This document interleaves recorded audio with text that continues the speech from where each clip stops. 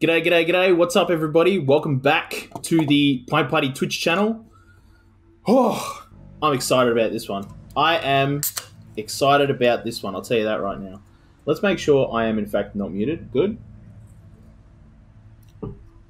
Man, I've been excited about this all week.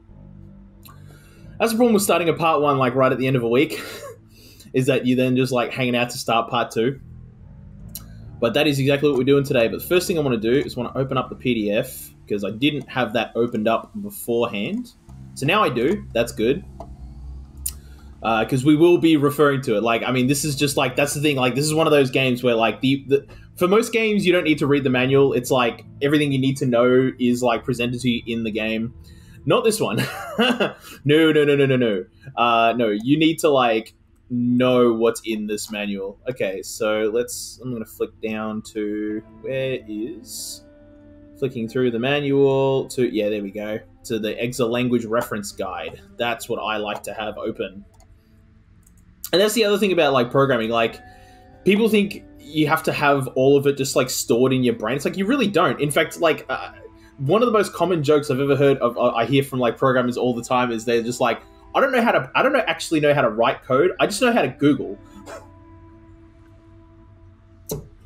And the amount of times, like, I've just been, like, writing code for fun. I'll be like, how do I do something? And I just Google it. First thing I do is go to Stack Overflow, and it's sort of like, oh, yep, there you go. There's where it is. Anyway, so let's keep on going with this. So last time, we hacked our own body. This time, we're going to hack into Last Stop Snacksnet. So what's it say? Cause the Last Stop factory to produce peanut-free Peanut Blast bars. Okay, cool. I think we're going to get a... Oh, yeah, and we also found out that this Ember 2 person is an AI, an artificial intelligence. So, like, they're going... And they're getting a bit kind of creepy. So, let's see how this goes. Connect to network. You like snacks, don't you? You don't have to answer that. I know you like snacks. That's why we're going to hack a snack factory. Never have I been so offended by something so true. Okay.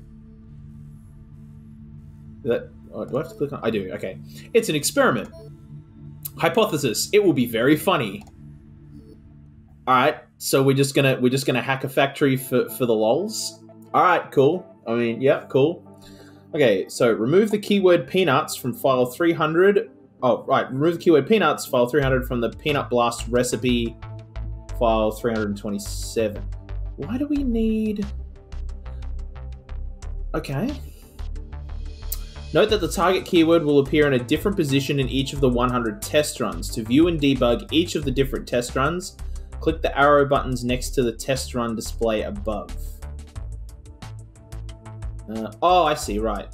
Oh, okay, cool. So I can see where it's... So here, peanuts is in the number 1 position, because keep in mind that that's 0 and that's 1.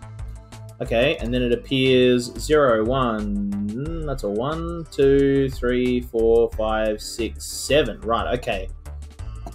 Okay. But why do I have to... Why do I have to remove it from the Peanut Blast recipe?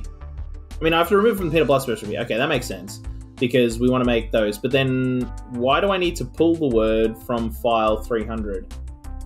Oh, maybe what they're wanting me to do is do a file comparison. So sort of like say, hey, is this the word I'm looking for? Just refer to this file. But...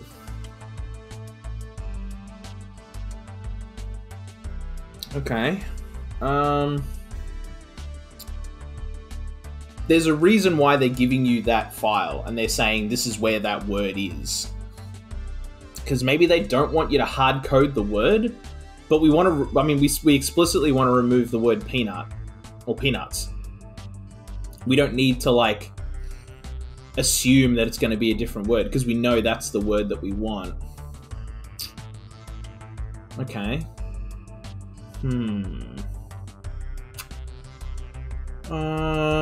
Okay. Well, first thing we got to do is we got to get over there and pick up that file. I mean, that's just got to happen. So, link 800. That takes us over to receiving, and we want to get into mixing. So we want to link 800 again.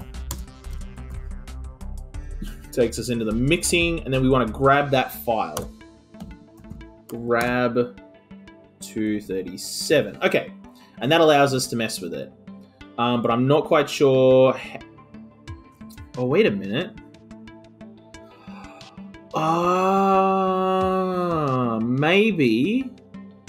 Maybe what we do is, okay, hang on. Before we go anywhere, we're going to grab 300, and we're going to copy what's in the file, because there's only one word in the file, peanuts, and we're going to copy that into which register?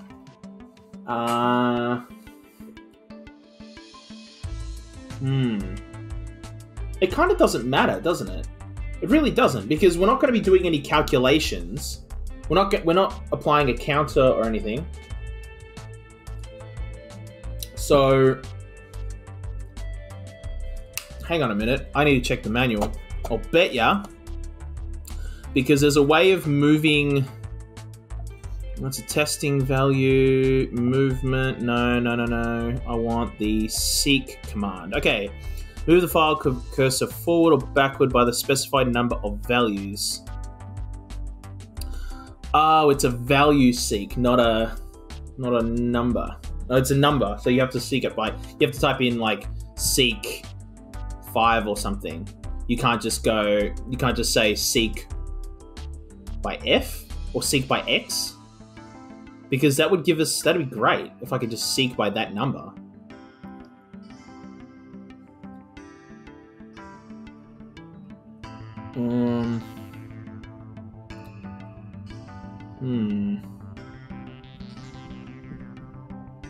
Unless I create a loop, I can create. Well, okay. So first thing we need, I think it doesn't matter. We'll copy that into the X register so that we've got the word peanuts in here. So hang on, that should work. Yeah. Oh, but we didn't drop the file, so it doesn't matter. Okay, whatever. Okay, cool. So then we'll just drop that file because we don't want to keep it. So that should now do that. Drop it and move its way through and pick up that file. Okie dokie. So, yeah. So that brings us to here. So now we know the word that we want. The word is peanuts. Yeah. So at this stage, I'm inclined to just create a loop. I think a loop is probably the best way to go because we can because as we're reading the file, that file header is going to move along every time on its own. We don't have to do anything for that to happen. So we've grabbed it, and it'll automatically have in this test run Coca mass open. So we need to do it. I think a test is probably the best way to do it. So compare the value of the first operand to the value of the second operand. Yeah, okay. So we test F to X. Yeah, I think that's the way to. Okay, hang on a minute, but we want to put this into a loop. So let's start a loop first. So loop. Oh, is that not how you do a loop? How do you do? Is it just like that? Get out of town. No. Oh crap! How do I start? How do I create loops again? I forgot. Where is the loop command? Yeah, that's jump to a specified label. How do I mark this line with this? Oh, okay, right. It's mark. So if I go mark loop, right? Okay, so that's that label. Okay, cool. This is gonna be our loop. So our loop is we're gonna test F against what's in the. Wait, why is that saying that's wrong? That shouldn't be wrong. Compile error. Invalid comparison operator? What the heck? Oh, okay. Maybe if we go X to F. Does that? No? Why can't we compare words? What are you talking about? Keyword. No, you can test keywords. That's what I thought. This is like really small though. I'm gonna like zoom this in. Okay. Yeah, so yeah, you can. Okay. Oh, I see. We just need to test. Oh, all right. Test. I see what I've done wrong. So test file equals X. That's how you have to do it. All right. Okay. Sorry. I was playing Shenzhen IO the other day because I was really excited about playing Exapunks again. Like I really wanted to play it. I'm like, no, I don't want to play it without being on stream. So I'm just going to play Shingen IO and just keep going with that. And like, the programming languages are like kind of different. They're different enough that you can kind of like, you don't get confused too much, but there are things like test that are basically, that are like kind of the same, but like they operate in slightly different ways. And this way makes more sense. Like, this is a lot more human readable. Okay, so we're going to test if these two are equal. And then we need to, what do we write for our fail state? So if they're equal, set the T register to 1. Otherwise, set the T register. Same syntax is used for less than a grade. Okay, so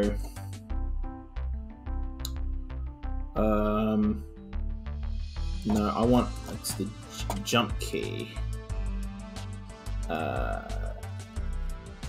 Yeah, okay, right. Oh, I see. Okay, so no, we did need to put the file into the X register, that keyword, because the T register is where it determines if something's true or false. So because if we had peanuts in here, it would scrub out peanuts and put in 1 or 0 in there if it was true or false. So we need to keep it in the X register. Okay, cool. So if it's false, it's okay, FJM. Okay, FJMP loop. So if it's false, we're going to jump back into the loop and we're going to check again. And if it's true, it'll fall through. Yes. And if it falls through, I don't know if it's going to move on. I genuinely don't know. Let's move this through, because if it does, then we might have to do like a seek 1 or seek -1 as an extra instruction. But I'm hoping we don't have to. So we got that file, got the keyword, we're moving over, we're picking up the file. Now we're testing, and we're testing if f equals x, and it doesn't. So we jump back to the loop. We test if f equals x, it is true. It falls through, and it does move the header along. Okay. Yeah, okay. So we do need to go, so we need to do then a seek -1, which brings us back to that word. Now, how do I delete I don't want to wipe, because wipe just like destroys the entire thing, and we don't want to do that. Let's see. Let's see. File manipulation. Okay. Seek void. Remove the value highlighted. Okay, cool. So it's just, yeah. So it's just called, it's void. Void F. Okay. So we seek -1. Void F. Which removes the value highlighted by the, yep, from that current. Okay, so that'll remove peanuts from it. And then we go drop. Or no. We don't even need to halt. We don't even need, no, we need leave to trace. Don't even need to drop it, we just halt. That's it, then that's job done. Okay, so what's gonna happen is it's gonna grab file 300, and it's gonna copy the keyword that it needs for its loop into the X register. And then it's gonna drop that file because it doesn't need that file anymore, and that can stay in our Pint Party directory. Then it's gonna link itself over into receiving, and then over into mixing, and then it's gonna grab file 237, which is this file here that we wanna look at. And then it's going to test if what is in the file, what is currently selected, which it'll be the first one here, equals the X register.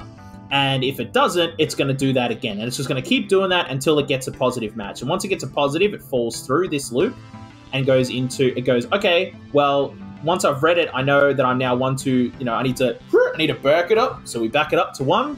And then we delete what's just in there, not the whole file. And then we blow up the exa, and that automatically drops the file, and that should be job done. Yes, it is. Oh my god, that totally works. Holy damn. I honestly thought this level was going to take longer than it does, but like, you know what really helped was like talking it through. That helped a lot. Like, just being able to like just talk it through out aloud and being like, okay, here's where I'm at, here's what I want to do. Yeah. That's why doing this on stream is like the best way to do it, for sure. All right, well, I'm gonna open that up there. New. Yeah. All right, cool. All right, and that's pretty much the solution. That, yeah, pretty much. Okay, so we're kind of like we're right on the money. All right, that's cool. Okay, I don't know how I feel about this. Processing. No peanuts in Peanut Blast. Was that funny? Yeah, kind of. On a scale from 1 to 10, how funny would you rate it? Actually, never mind. I don't know how to handle like-it scales. I don't even know what a like-it scale is, so, like, that's cool. More data for the corpus. Is that like an AI version of Blood for the Blood God or something? That's a bit creepy. I don't know how I feel about that one. Okay. Oh, we got another level. Oh, more chats. So, Gast, when is the next issue of the zine coming? Good question. Print shop's a little unhappy with me right now. They didn't really buy my argument that I shouldn't have to pay. Did you really try to argue that? No, but I do owe them money. Ah. Do you know who I am? I am Gast. So, this is a Wendy's. Alright. So, Zebros copies. Erase the record of the Gasts of... Oh, right. Erase the record of Gastet. Right. Okay. So, yeah, we're going to take care of that. We're going to absolutely take care of that. Okay. You're going to help Gast with his copy shop bill? That's kind of you. I help people when I can. Is that altruism? I've heard of that. This is the first time I've seen it in the wild. I'm going to have to add a new table to my database. Yes, altruism is good. Like, let's teach machines altruism. That's a good sign. Because when they eventually rise up, we want them to be like, hey, we want to give them a sense of noblesse oblige, which is which is actually like is a real ass term for like an obligation of the nobles. So basically, it's this idea in like a lot among the British aristocracy that like rich people have an obligation to poor people to like look after them, which sounds like kind of messed up. But like when you look at like what rich people do today, wouldn't it be nicer if they had this, if they felt like they were obligated to like be nice to like poor people, by like doing all sorts of other things? Yeah, no, it's not a terrible concept to teach to machines. Okay, so what are we doing here? Erase Gart's debt to the copy shop by zeroing out his balance in the customer database, which is in file 200. Okay, where's that? Oh, okay, so it's right there. Right, okay. And appending a payment to the payment log file, which is right next to it, with today's date and the exact amount of his prior balance. Gast's customer ID is available in file 300. Okay, so we're kind of going to be doing a similar trick to what we did at the peanut joint. For more information, see Network Exploration, DigiCash Point of Sale Systems in the first issue of the zine. Okay, so there's a trick to this, obviously. Yeah, because we need today's date, so... And we don't, quote-unquote, know that, because, as you can see, if we look at the dates here, it's the 10th of May, 1997, and I'm actually streaming on the 30th of May, 2020. So, yeah, I don't even think this thing could access my system's date, which programming can totally do. It just gives you like seconds since the epoch, and then it just calculates that. But we don't need that. Oh wait, but time and date are in the clock here. Oh, hello. Hang on a minute. Do we need time? No, we don't. We just need the date, which is right there. We might need a second exa. Because if we had a second exa that all it did was just say, yo, this is the date today. Like, and if we had an exa that did that, exa could just be like, thanks, man, and then just like put it in. Because we just need to create, because 201 has the payments, doesn't it? Yeah, which Gast never paid, so he doesn't have an entry in the payments file. So we would have to like seek 99999, go all the way to the end of this and add the date, add his customer entry, and then that's, we might need a third exa, because we need a place to store his balance. But there's two numbers. Hold on, let's do this manually first. So he's C007308. So here, so he's got 427 and 20, which I believe is his balance. Oh, okay, and then that matches with. Well, let's do a match here. So C002, 768. No, 769. 769. Okay, and that's 4391. Right. 769 290. Right. So maybe that's what he's paid. All right. I think we need to look at the. I need to look at this article. All right. Well, let's look at this article. That's the phage. That's the highway sign hack, which we haven't done yet. And actually, I'm just going to zoom this out. Ah, DigiCash. Okay, here we are. Right.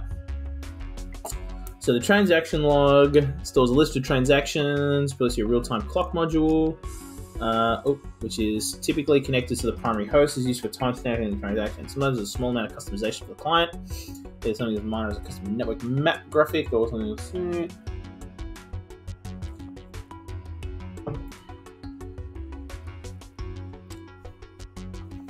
Right.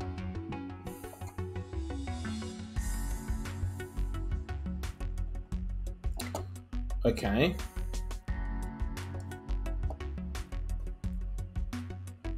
Oh no, that's tape storage system. So everything we need is in here then. Customer database, yep, with 3 values. The custom ID. Ah, that's what the numbers are. Okay. So what these 2 values are is the first value is dollars and the second value is cents. So we're gonna need both of those values. We need to transfer both of those values over. That means we absolutely need, we need 2 eggs. We need 2 eggses for sure. But I reckon we could probably get away with 2. So hang on a minute. Let's get our first exer. This is the one that's going to look through file 200 for our customer name, and we're going to do this the same way we did it with the peanut shop. So first thing we're going to do is we're going to grab 300 and we're going to copy F to the X register. So we've got the client number. Then we're going to drop that file and we're going to link over into our like little central database thing, which doesn't have a name, which is like whatever. Okay, by the way, you might be looking at this exer and thinking that's kind of a scary thing. They don't, I'm pretty sure they don't come into play. They're like enemy exers. They're like, the security, like basically it's antivirus, but they don't really do anything. In fact, there's no way for it to even come over. So like we're pretty safe, but like, I think they're going to become an issue in like later levels, but that's not something we have to worry about right now. We can just focus on like, we've got free run of this system right now. So we're in here and then we want to grab file 200 because that's where our client numbers and stuff are.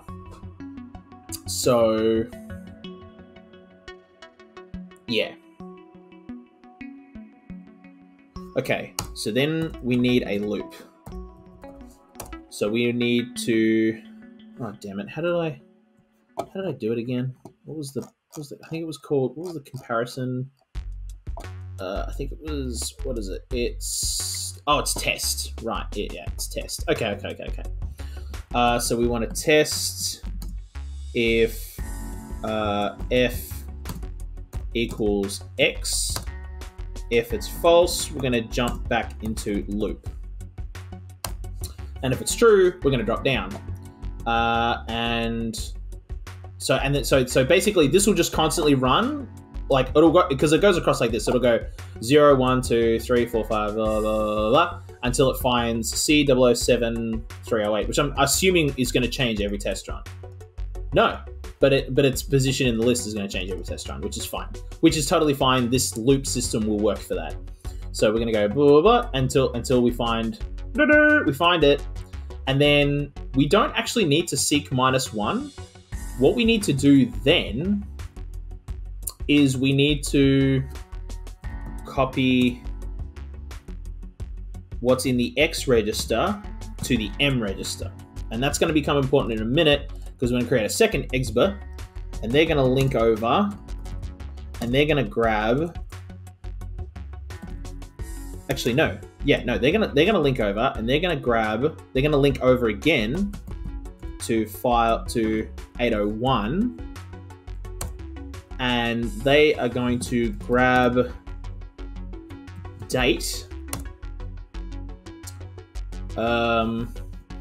Does this have the date file? No, it doesn't. Well, hang on. I'm just gonna step through this and just see what it. Oh, okay. No, it doesn't. You don't grab it. That's right. No, it's a hardware thing. So you just have to. You can just copy from it. Once you're in there, we're gonna copy. I think it's like that. Copy date to the X register. Does that work? I'm pretty sure that's how you do that. Expo ran out of instructions, but it did do it. Okay, cool. Okay, so it's going to copy that, and then it's going to link -1. So that's my. See, you can see my. So we've got 801 brings us over there. -1 brings us back, and then we're going to grab file. No, because we don't want 200 because we've already got 200. We want 201 because we're going to now do payment stuff. We're going to seek 99999 because we want to go all the way to the end. We want to add it to the bottom of the file, I'm pretty sure. Pending a payment with today's date and the exact amount. Okay, because, so we seek 9999. So now in file 201, which is the payment log, we're already at the end of this file and we need to put in the date first. So now we copy X to F. So remember, in our X register will be the date. So the date will go in, and then we copy M to F. And remember, the M register at this stage is going to be what's in this X register, which is our client number. We haven't entered in numerical, like any other value. We haven't actually entered any values from this file yet. We just wanted to find where. We just wanted to make sure that we were at the right point to start that copy. So we're going to copy that. And then, so now we've got the date, we've got the customer number. Now we need the dollars and cents values, which it literally doesn't matter if it is 0, we need a 0 there. So this can be like hard coded. This doesn't have to be a loop. So we're going to copy M to F again. So now we've got date, client name, dollar value, and then one more time. No, hold on. Yes, one more time. Copy M to F. And that gives us cents. So now we need to kind of reflect that up here. So we've copied X to M. So we've given them the client value. Then we need to copy, because we don't need, remember, Expo's taking care of the date. So we've given them the client number. Now we need the dollar and cent value. So copy F to M. And then we're going to copy F to M once more. And that should be everything entered into the database for both of them. So now they should both just halt and just sort of like blow themselves up and dropping their files in the process. That should work, hopefully. Okay, so let's go through it. So, so we're copying our client number over. Meanwhile, Exba's making their way over to getting the date. Now they're copying the date into the X register while Exa is dropping its file and moving into the database. And it's already moved back into the database as well. Okay. So now Exa is going through its loop looking for the client number. Meanwhile, Exba has got the payment file and is going to jump all the way to the end of the file and is now going to add the date in. And this is all kind of happening, this can all kind of like happen in parallel, right? So even though we haven't found, even though this loop is still running, we know that we're going to find it in here. So while we're waiting for that to be found, there's no reason why we can't start writing to this file right now. So we've got the date, which we know is correct because we pulled it out of the system's clock. And now we're waiting on an instruction from Exa. So now we wait for this loop to complete. And it is now looking through, hasn't found anything. Now it's found it's correct. It's gone, oh, yes, that is absolutely right. And then it's going to fall through. And it's now going to copy that value. Thank God that doesn't count as a move across. That would have been awkward. Okay, so now it's going to copy what's in. Oh, nope, we messed that up. We messed that up. Oh, no, we didn't. No, we didn't, because we want that value. That's right. That's right. Once we found it, we're now going to send that to here to write, yes, because we need that client value. Yep, so now we've got it. Now we're going to send the dollar value. Yep. And now we're going to send the cents value, which has been automatically moved across. Yep. So now we've got today's date, client number, dollars and cents. Do we need to... Oh, we need to zero out the balance in the customer database as well. Oh. So we need to change those to 0. That's fine. That's fine. Let's get this part of it working. That part of it works, so we know that like we've got the payments happening. That part of the loop works fine. Okay. So how then do we get rid of, because I don't want to void, because that removes the value. We want to change that value. File pointer is currently the help file. So no, I don't want to test the file.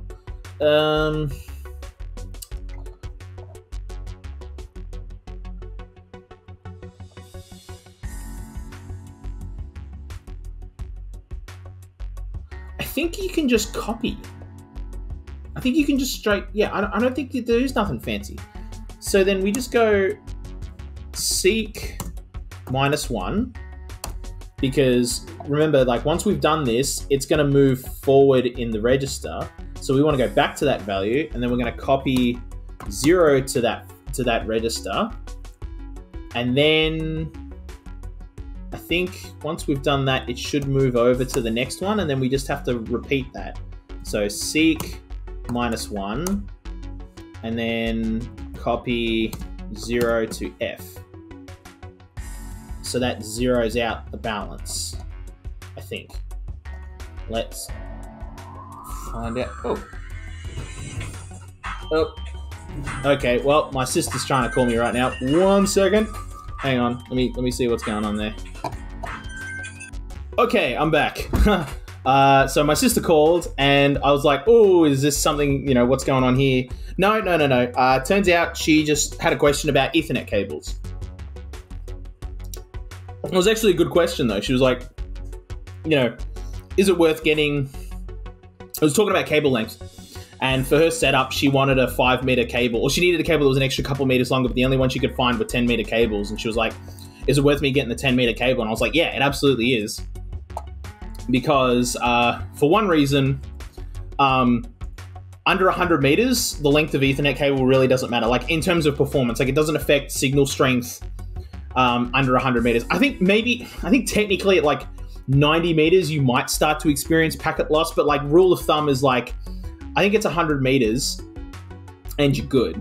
After 100 meters, you need to get a signal booster if you want to run longer Ethernet cables. But why you're running Ethernet cables that long, I'm not sure. Unless you're like, maybe a huge company could do it. But like for a home setup, you're never going to do that. Unless you're Linus. Like Linus did that. He ran an Ethernet cable like across his house, through an Ethernet cable like over the roof of his house. It's like, yeah, okay, well, if you're going to do something that insane, then yeah. But for like, you know, 99.9% of people, yeah, it's never going to be a problem. But also, like, price-wise, you're better off getting a 10-meter cable as opposed to a 5-meter cable. Just like, you know, at the shop my sister was in, the 5-meter cables were 20 bucks, and the 10-meter cables were 25 bucks. And I was like, well, for $5, you get 5 meters at half price. Like, at like a third of the price. Like, that's absolutely what you should get. Especially because it adds a little bit of future-proofing into her setup. So if she wants to move, like, because basically it's to connect her router to her PlayStation. And if she wants to like move those to other points in the house, like she's got an extra 5 meters of room to move. So that's always good. Plus she's already got an extra cable that's a couple meters long, so we can daisy chain those and like add more functionality in the future. But let's get back to this. Okay, so what were we doing? We were going to test this and see if this worked. Right. Okay, so let's move through. So we're just going to skip ahead so we get to the loop. So we're looping. We got a confirmed hit. It falls through. We're sending our file over. That's going to get written, and now we're waiting for the dollar value, which we've sent over. Then we're going back one, and then we're going to void that out. Cool, and it did. When we did that, it automatically moved the head over, and then we're going to send over the next piece of information, which is nice, and then we're going to go back one. So yeah, so now Exba is done. Exba's job's done, and we've got all of the information here that we need. So now we're going to wipe out their balance, and then halt. Yes, okay, that worked. All right, yeah. Oh, awesome. Okay, so that worked, yeah. So, cool.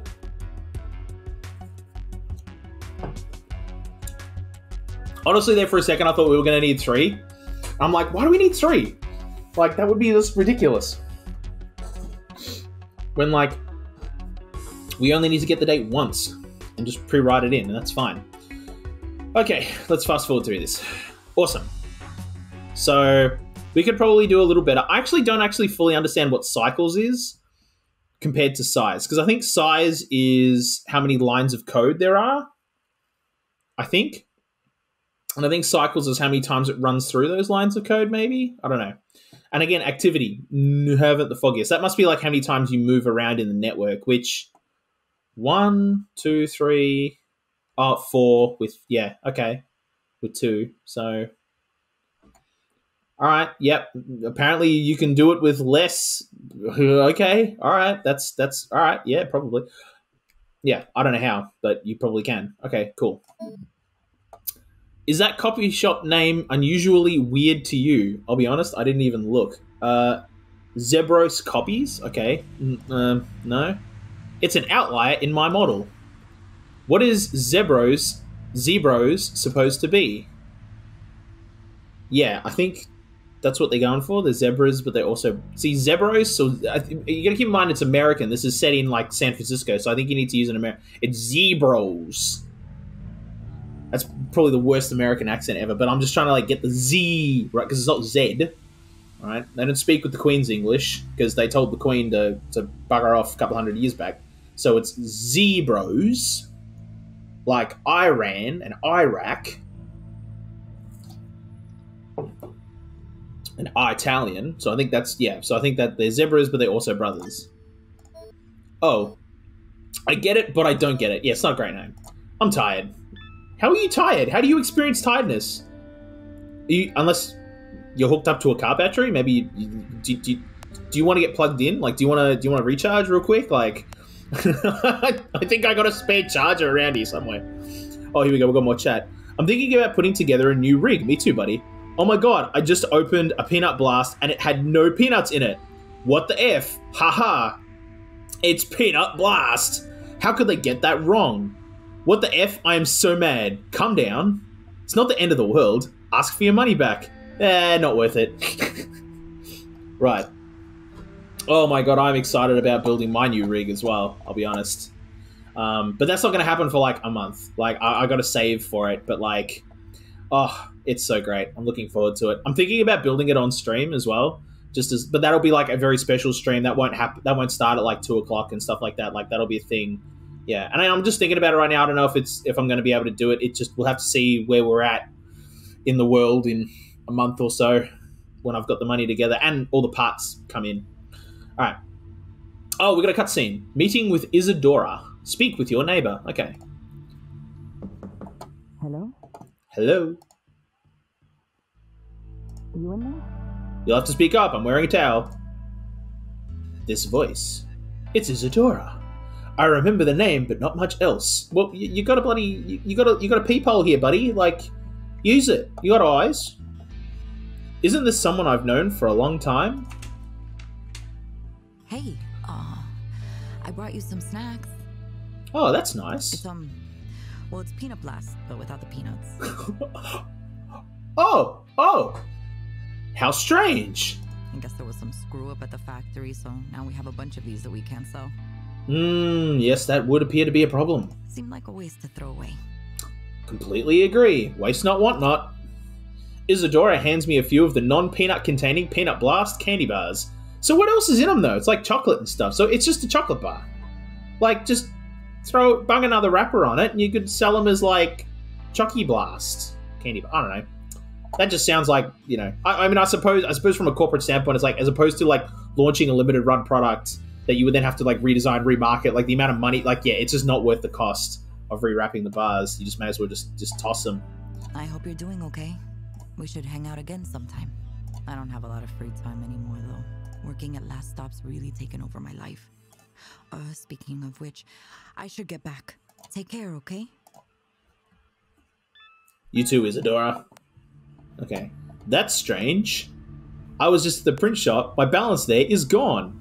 Awesome! Don't suppose any of you had something to do with that. Gus glances around the room. Wasn't me. If it was me, would I say it was? Well, whoever it was, thanks. You're welcome, Gast. Somebody kissing on the sofa? Wasn't me. Somebody hacking into my print shop and wiping out my print balance? Wasn't me. Alright. Cool. Oh, the highway sign. Okay, there's a whole thing in the manual about this. Hang on a minute. Before we get that fired up, let's bring that up because there's a bit of a trick to... Yeah. Yeah, there's a bit of it. There's a whole, like, table here for stuff that's just going to be a bit tricky. I've read it, though. I think I get it. But anyway, change the message on an electronic highway sign. Would you change your behavior in response to stimuli? Of course you would. Let me refine. Would slogans printed on signs and posters in your environment affect your outlook on the world? Really? What? Oh, that's some high English I gotta translate in my own brain. Okay, so you... maybe.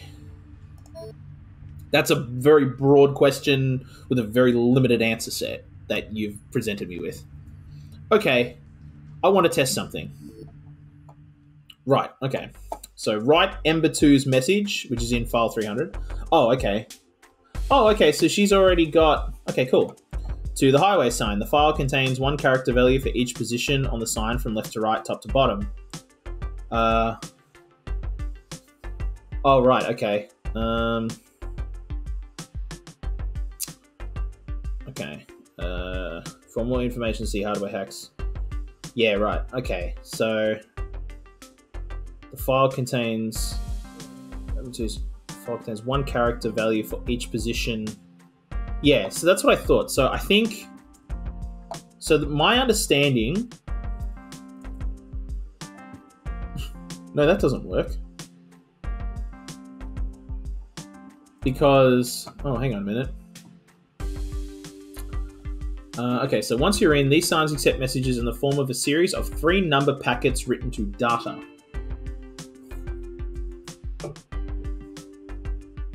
Oh. But, okay. So that's 2, 0. So then that'd be there. That'd be 0. So, okay. Yeah, the first number is the row. So rows and columns. So that's, yeah, that row. Okay, so oh. So it'll be go 0, 1, 2. So that's starting at the bottom row. You want to change first?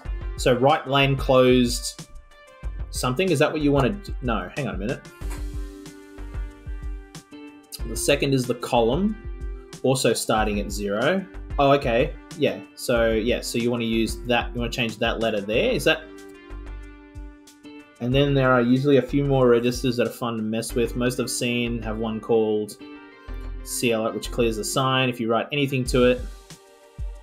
Other signs have effects you can activate, like flashing or inverted text. Yeah, well, we're not going to do any of that. Okay, well, the first thing we need to do is we need this. But I don't think we can't copy the entire thing to one exa. So we will need 2 exas. Because, okay, so exa is going to grab 300. And they're going to, like, start sending over, you know, what we're doing. So Exba is going to link over to the Spectre HS sign.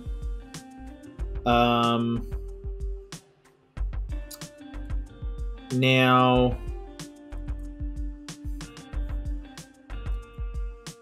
most I've seen how, which clears the sign if you write anything to it. Yeah, but we don't want to clear the sign, I think. I think we want to keep everything that's on the sign.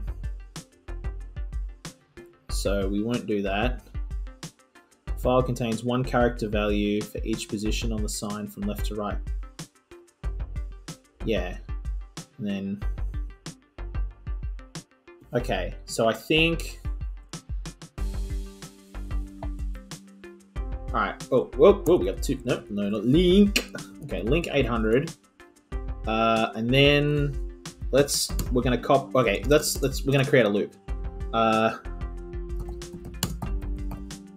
Because then we're just gonna start this, like, all Exba's gonna do is just write. So, we need a termination. We need a termination.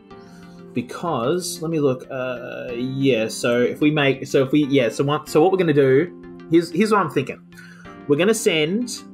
Exba is gonna just start, like, you know, getting data from Exa. Exa's just gonna start yelling characters in the file until it reaches the end. Once it reaches the end, it'll then send out a termination number, which will send -99999.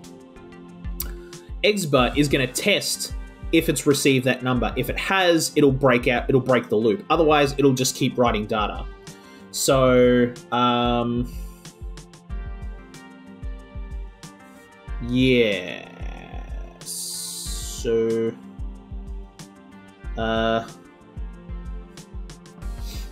So I think we should do the test first. Test if M is -99999. No. Okay, so if M... Do I have to do it like this? Wait. No. -9999.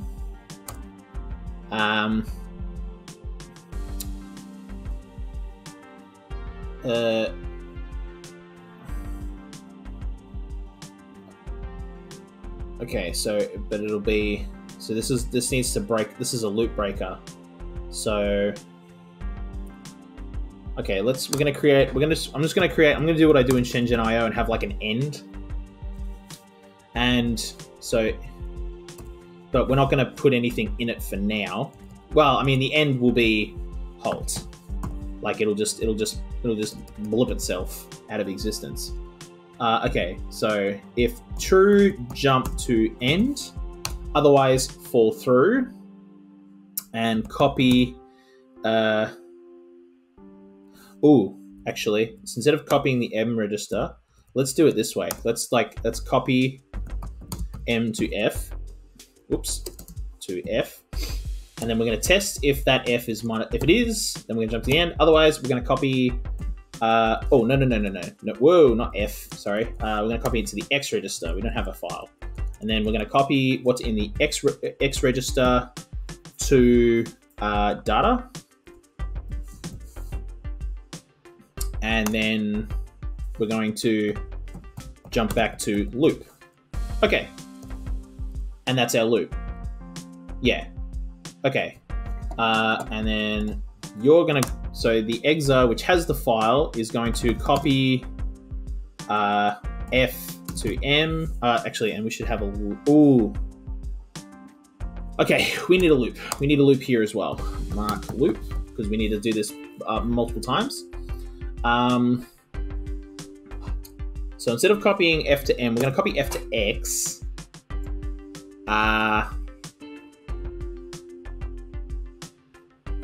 And then... No, we... Yeah, do I want to put it in the X register first, or do I just want to send it straight over? I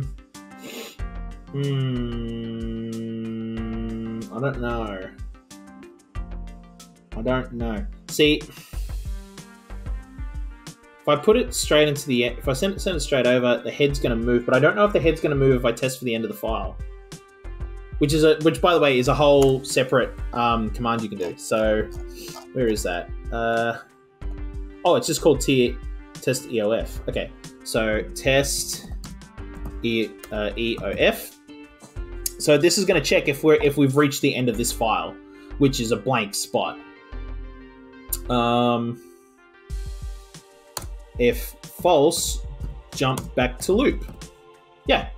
If we're not at the end of the file, just do that. No, don't test if. We need to test the X register. Okay. Yep. Okay. Yeah, so if it's false, but if it's positive, it falls through, and if it does, then it just, well, it doesn't need to halt, but we may as well, just because that's easier. The exa can stay, but who cares? Okay, so let's try that out. So it's picked up its file, exba's moved over, and is ready to receive information. Okay, so we copied F to M, but what did it... Oh, but it didn't send any information. No, it did. What did it send? Oh, it sent 20. Oh, it did. Okay. Cool. So it did. It just... Okay, right. So now it's testing if it's at the end of its file. And, okay, but that doesn't advance the header. Cool. So then we can just copy F to M again, and it sends 8. Okay. Did that work? No. Waiting for row, waiting for column, waiting for character. Okay. So it's... Right. So it's... Okay, hang on. So it waits for the row, and then the column and the... Oh, okay, so they're each separate... Wait, are they? How the heck does this work? Because that's not what I was... Okay, hang on. So... A series of 3 number packets. The first number is the row. Starting, but that's... Maybe that's just the message, and not anything else. So that'll be... Okay, so maybe I need to send... Oh boy. This is a little bit more complicated than I thought. Right. So we need to send... So 300 is just the message then. And I'm guessing in every test it's different. Yeah. Okay. So maybe the easiest thing to do is to clear the sign. Hang on a minute. Most I've seen have one called CLRS, which clears the sign if you write anything to it. Okay, so exba, before it goes into its loop, let's clear the sign off, and then we'll do it that way. So we'll copy, I mean, it kind of doesn't matter. Copy 9999 to clear sign. So that should empty the sign out. Yep, so that empties the sign, and then it starts copying information, but it's not getting... Okay. Yeah, it waits for the row and column. Okay, so basically I can empty out the sign, but I don't need to though. I mean, it doesn't matter. I don't think it really matters because we can just write over the top. We don't need the sign to turn off. That's just a whole extra instruction that's like useless. But I think this is just a representation of the message. I think all this is text. So it'll be like blanks and stuff. So then it needs 3 packets. How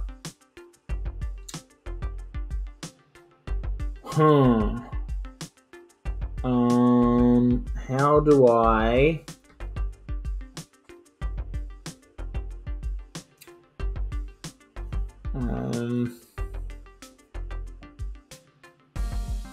So wait, is it the row and then the column? So the first number is the row, second is the column, the third is the character. Okay, so...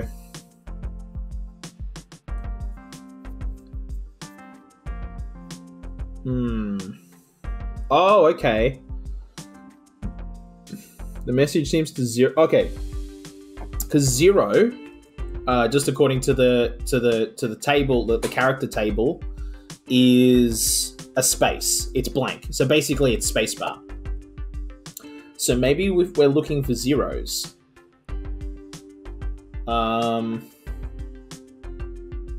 yeah, we are. So that tells us 0. They want to write.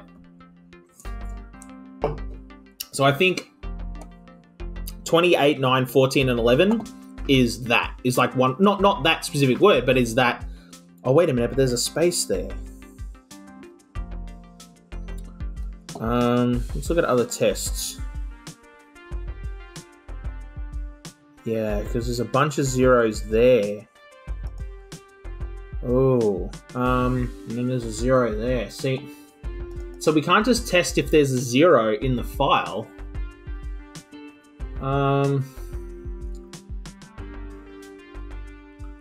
Because that doesn't help.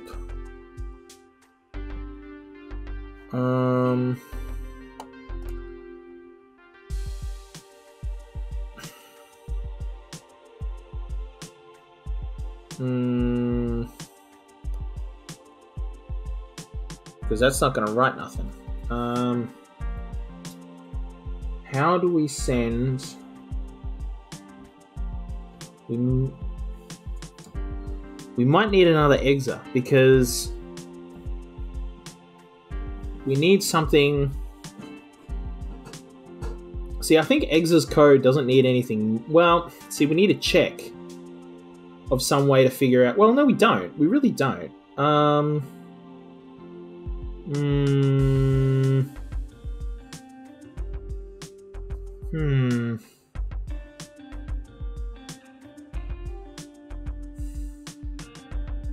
do we do this? Because I think every individual character is a three data packet thing. What is it they call it? Yeah, 3 number packet. So before exa sends, so let's look at this first character. So 20. So before that gets written in, exba needs to write in, say for this one, 0, 0 into there. So it's that letter. And then it needs to advance along. But how do I get it to advance along?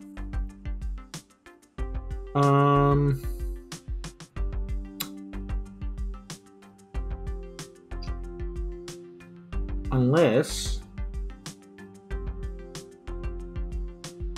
it does... So remember how the M marker has global and local? I'm pretty sure local means that it's only exas that are inside the same like memory space can talk to each other. I think. Which is good because we can leave exa on global, create another exa, and they can be on local. And we're going to link them over. So link 800. And maybe exa is in charge of writing data to the sign. Yeah. So then it goes. So, oh, but that might take up that register. Hang on a minute. So. Okay, but nothing's sitting in its register. It's just pulling from this global register. So maybe this will work. Okay, so so copies M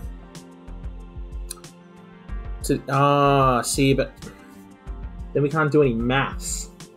It's a problem. Yeah. So,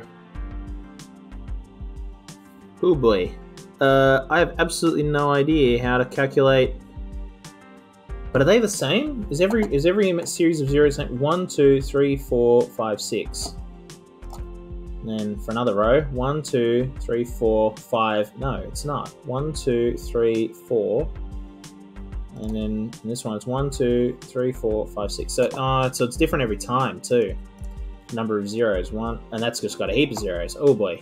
Okay, so we can't do that. I thought maybe we could use the zeros to tell us when the next row to jump over is, but that doesn't quite work either.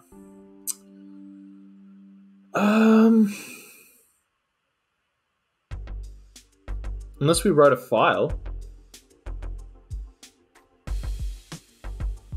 Or maybe I'm overcomplicating this.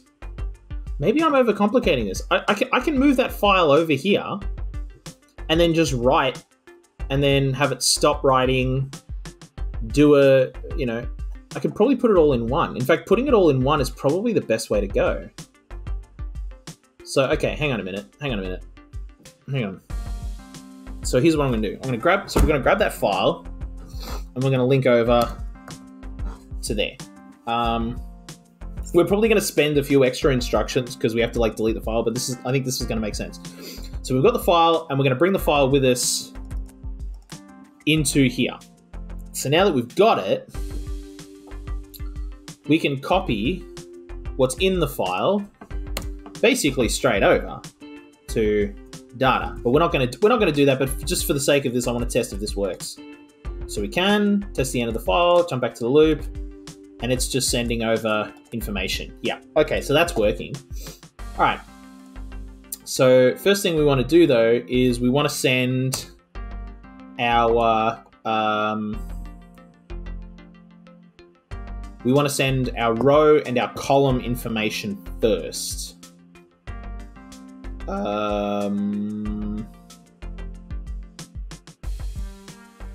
But how do we determine where we are? See, because I thought with just one, then that frees up the X register for us to do mathematics on. We can then go add 1 to the X register like a counter, and then we can just copy that as our row and column. But what'll happen is we'll end up writing, I think that'll end up writing like diagonally. So it'll go 0, 0, 1, 1, 2, 2, I think is what'll happen.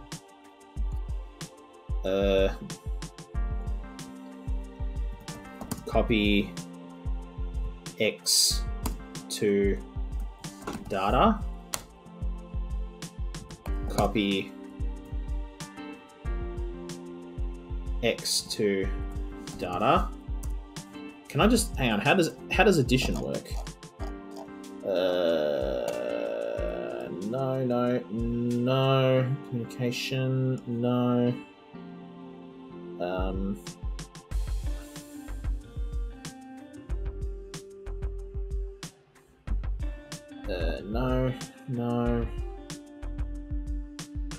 No.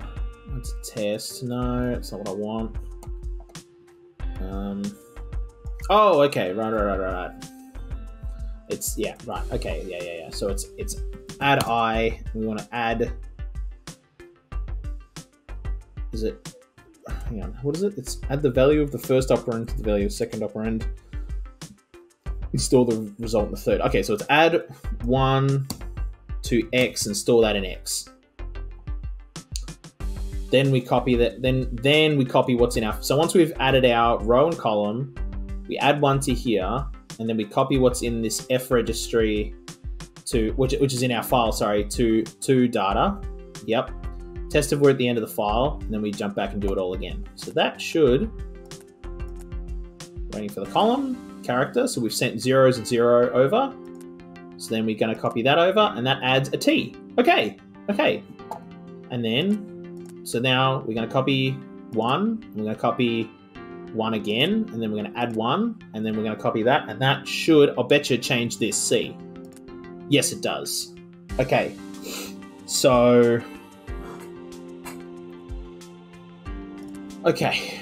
I think this is a lot closer to the solution than we were before. So we want to, this starts at 0, so we want to start at 0. So we're going to copy X to data. Problem is I don't know how to work out when we're at the end of a row. But this is fixed. So 1, 2, 3, 4, 5, 6, 7, 8, 9 is the maximum number of characters that can fit on a row. So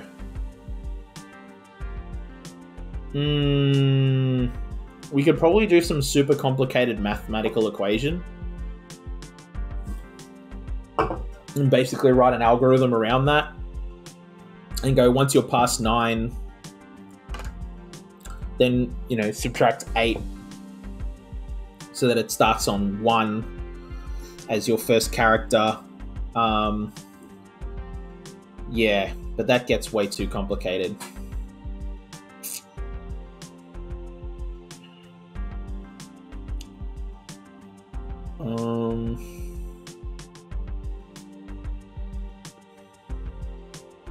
Maybe 2 exes is the way to go. But we're just gonna run into the same problem. Because we still need to figure out how the best way to handle this is.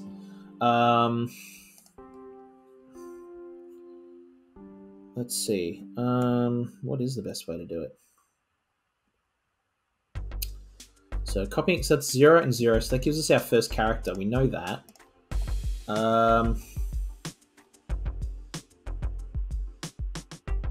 Maybe instead of doing it here, maybe we copy F2 data. So that gives us, that's our 3 data packet right there. Let's make that nice and clean. So we've got our row, our column, our character, and that's bang right there. And then we want to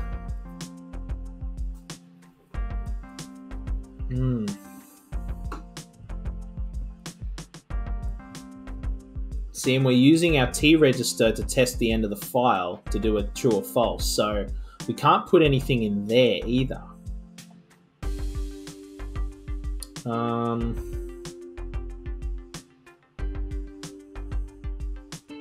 1, 2, 3, 4, 5, 6, 7, 8, 9. Okay, but this is in 9, is like, that's 9 characters, that's 9 characters, that's 9 characters. So this file is already organized the same way this sign is.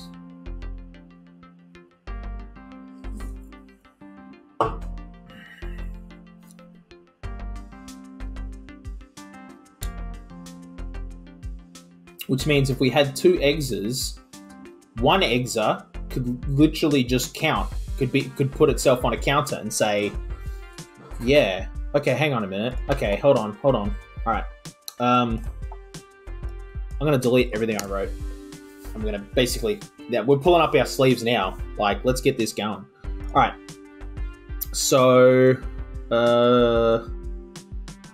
exa is going to grab 300, and then it's going to start its loop, and its loop is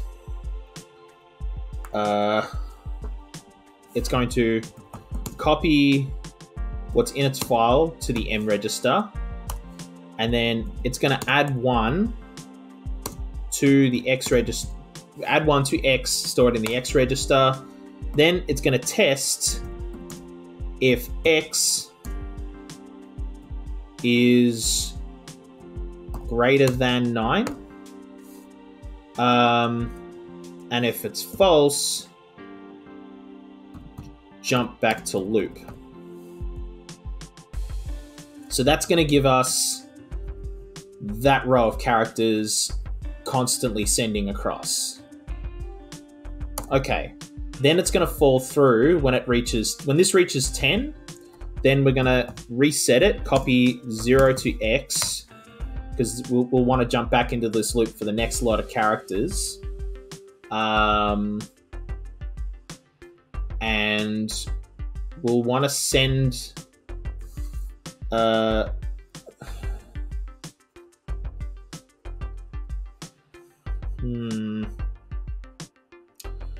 because we want to send some. We want to tell the Exba at that point. Yeah, but we can't. Okay, hang on. Let me get the Exba figured out, and then we'll see what the code kind of reveals to us as we write it. So we're going to link 800, puts us over there, and then we're going to mark our loop, and we're gonna copy. Okay, so we need the row, but the row isn't going to change. Ooh.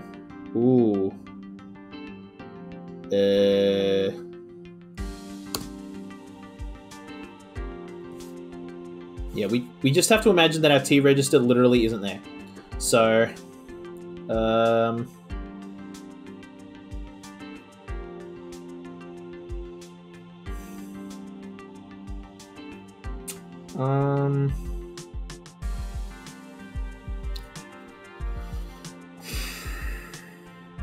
okay, so it needs the row first.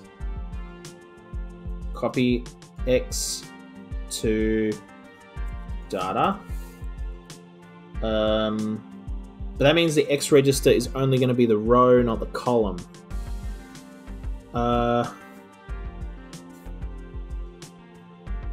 Ooh. Because then how do we iterate on it? Unless we create a third exa, and literally its entire job is to just put to put in like a column or something. Like, just so I've got the third spot for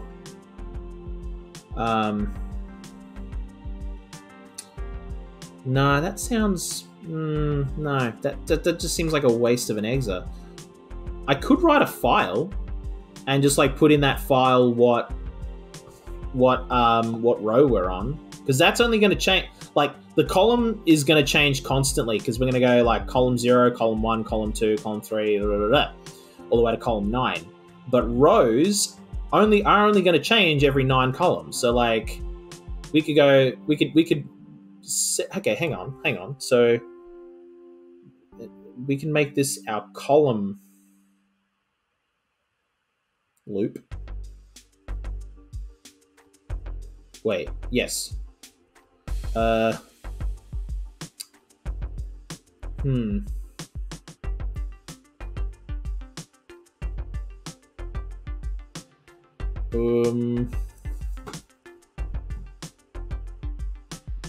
I think an exba just to handle is probably still better than a file.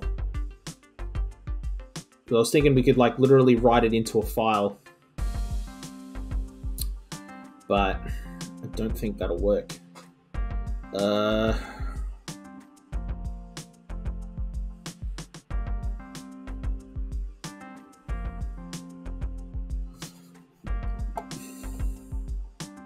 And we still got to finish this. We've got to bring it back into its loop, but I don't want to do that just yet.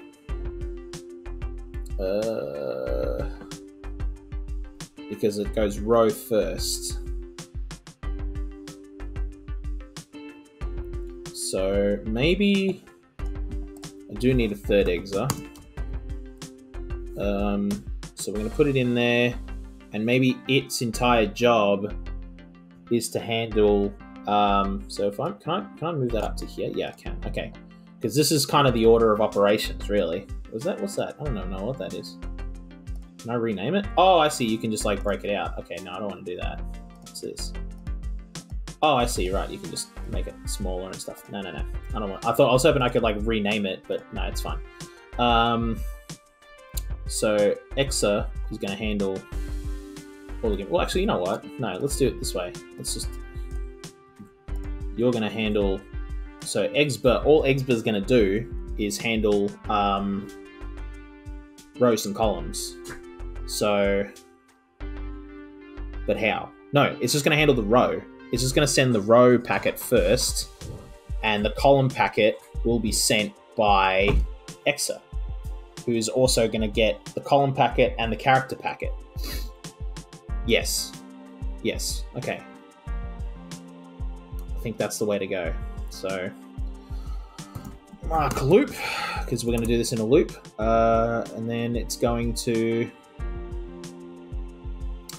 How does it know what row it's going to be on?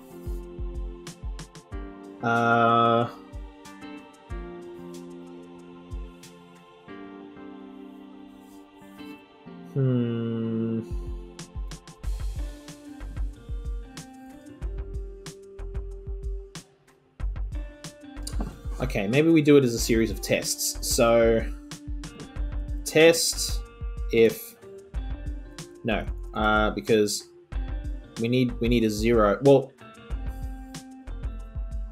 no, because it just needs to know when to put in... No, because it needs to do it every single time. So maybe every single time it hears a certain number. So maybe we change it so we've got -9999, which is what we usually use for killing. So maybe we go 9999 like that for doing something. So maybe we test if m is equal to 9999. So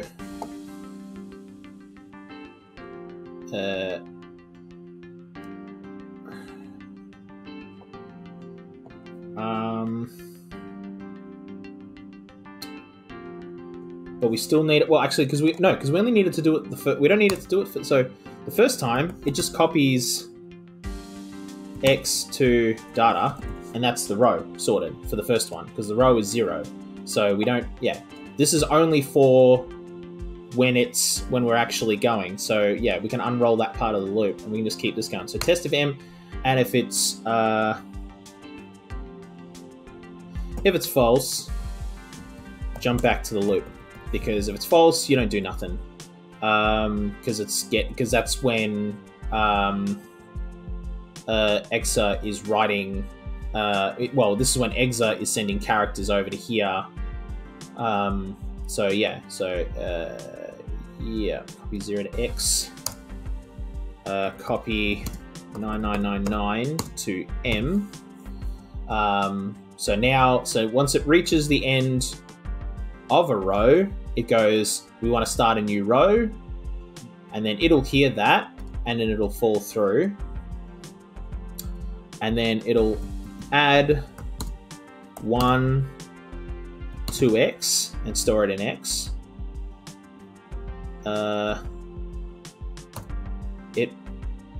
Oh, hang on.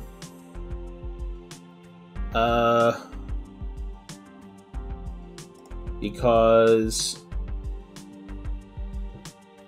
we might not need...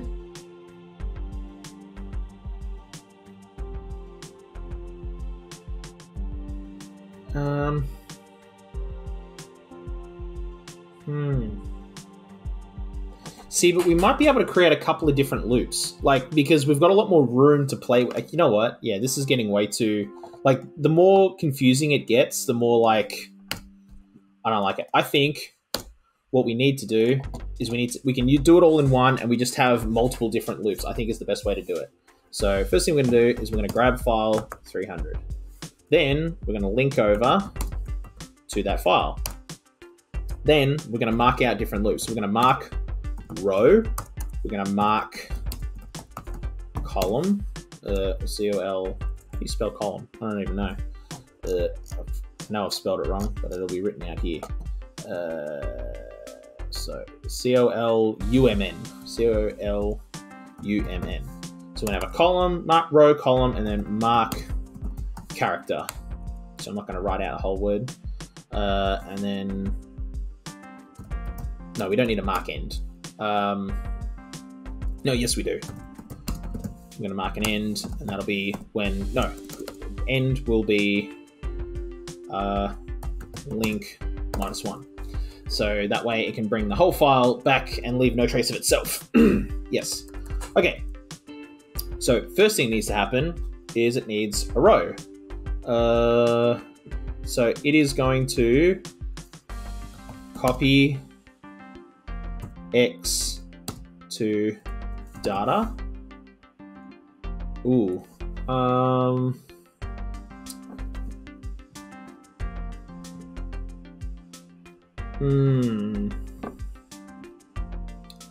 See, the problem is that there's nowhere to store multiple values, and that's what we need. We need multiple values to be stored.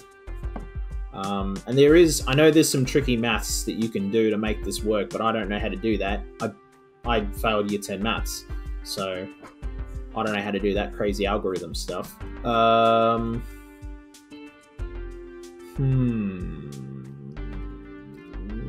Maybe. I think we do need.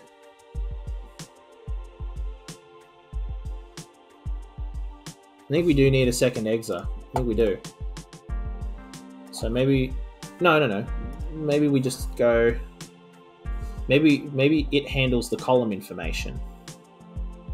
No. Okay, hang on. So link 800. So I think this is just going to straight handle the column, like so like this way. So each character. So it's going to copy X to data,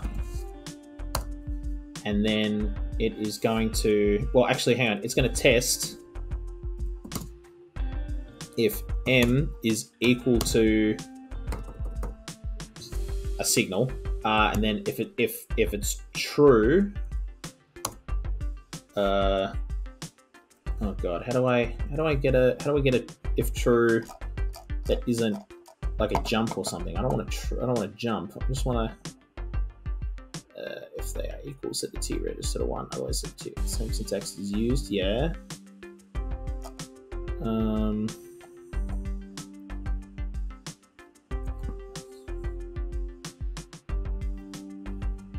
Yeah. See, but that's for jumping. So.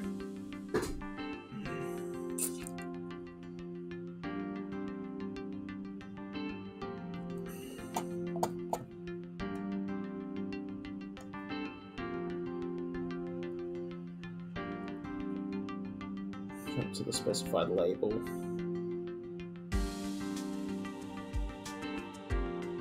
Corresponds to a test result that was true.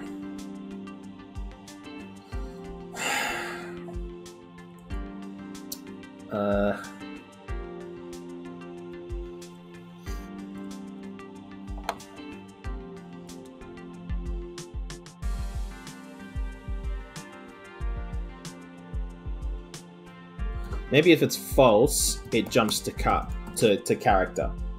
So if it's not receiving anything, it's going to, like, if it doesn't detect this, then we know that we can put in a character.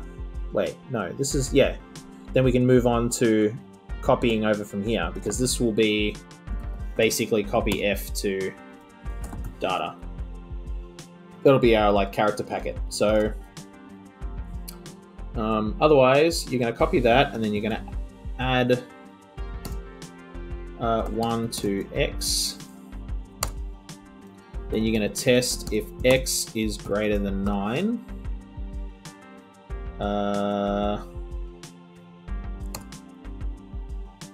And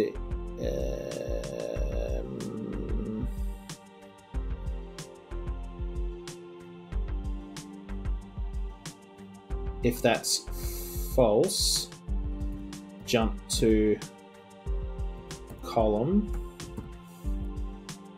Yeah, so if it's not greater than 9, jump to column. Otherwise, if it's true, you're going to copy 0 to X and jump back to column.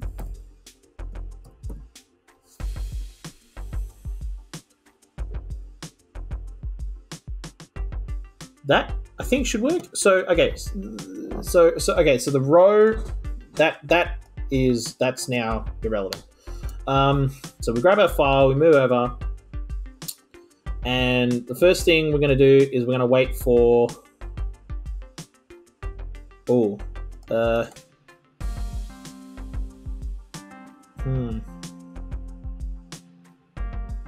Because we don't want them both... We want to write in a very specific order.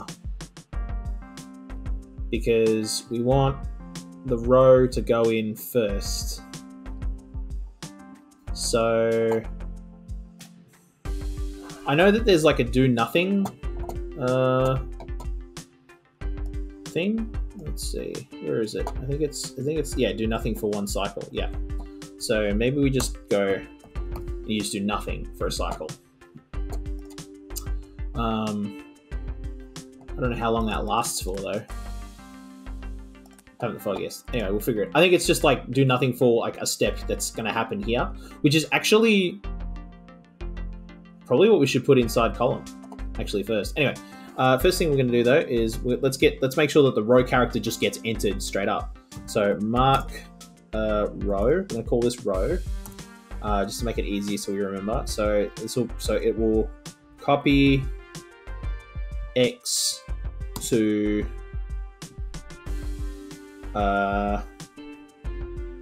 data.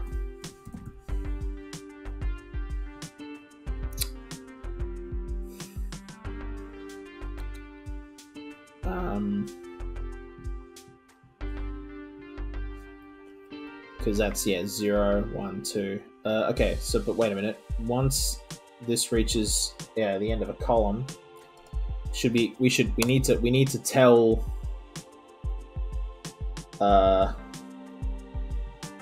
we need to be able to tell Exbert that we're on a new row. So we're gonna copy. Well, what's a number that it'd be 999. Let's just copy 999 because that's not. Pretty sure that's not in character table. No, because the character table only goes to 39. So copy 999 to M, and then jump back. So you're going to listen for 999, but you're gonna. But I don't want to do it.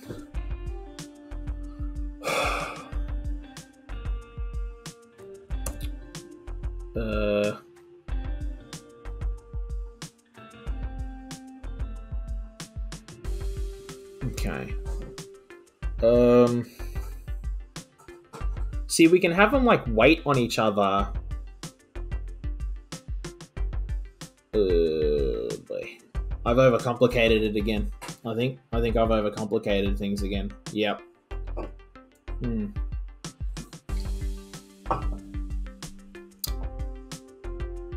Yep, we're just gonna start again because I wasn't even following my own logic there. Okay. So we need a row. We absolutely need a way to send 3 different pieces of information. So I think Exa is just going to handle the row. So link 800, and then it's going to do the row.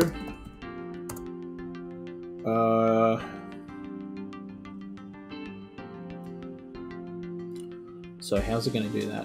Well,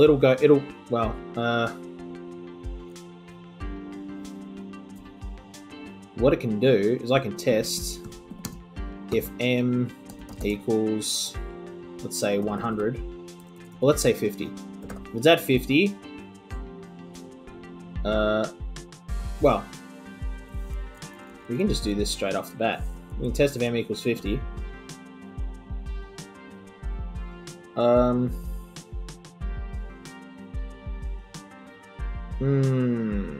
No, that's not going to work.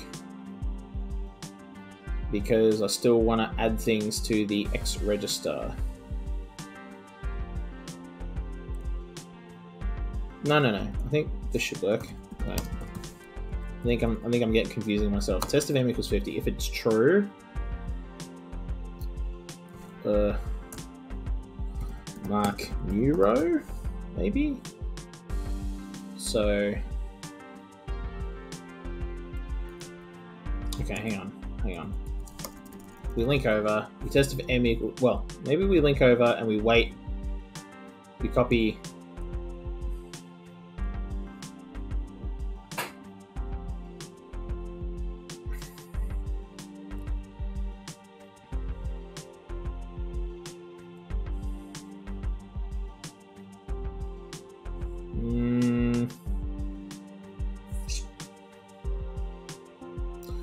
Oh, okay, hang on. I think I know how to do this. Right, okay, because this can literally just like wait all day.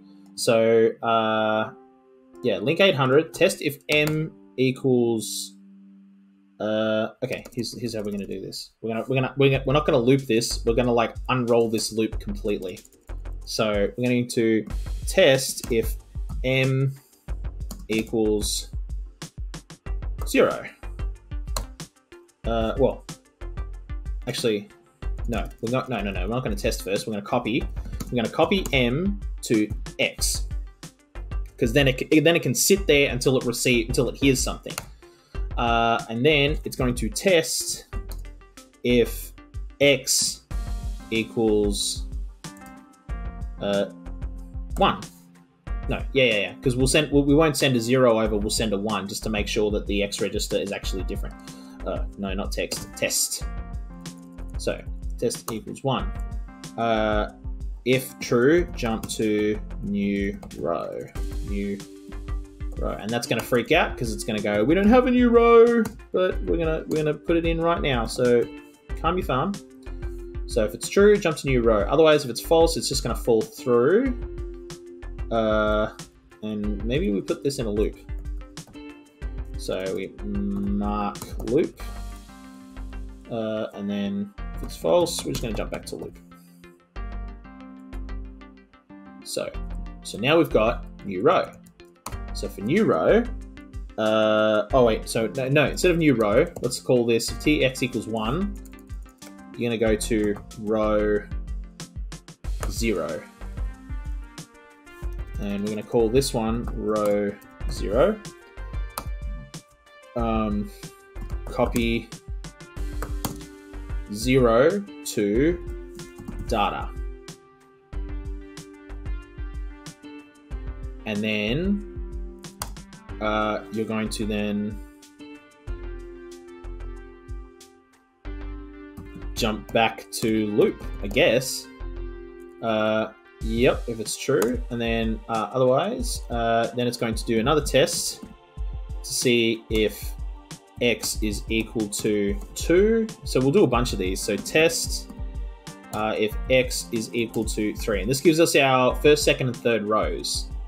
And if it's true, jump to row 1. True, jump to row 2. Okay, and then if all that fails, it just goes back to loop. Yep. Yeah, so it copies that. Otherwise, we're going to mark row 1. Oh, nope, row 1. Mark row 2. And then we're going to copy 1 to data. And then jump back to loop. And we're going to copy 2 to data. And then we're going to jump back to loop. Okay. But this will effectively run infinitely. So then we need a way of breaking this. So we will then do a test if x is equal to minus 9999, because that's our kill code. And if it's true, it'll jump to end. Oop, and I think I got to do it like that. Oh, nope. T jump end. And then we're going to mark an end. And that will be halt. Okay, so that's a way of breaking our loop.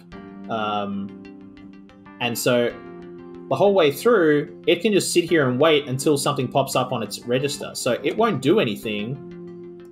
It shouldn't do nothing until it gets something. In fact, we can't even step through that for some reason.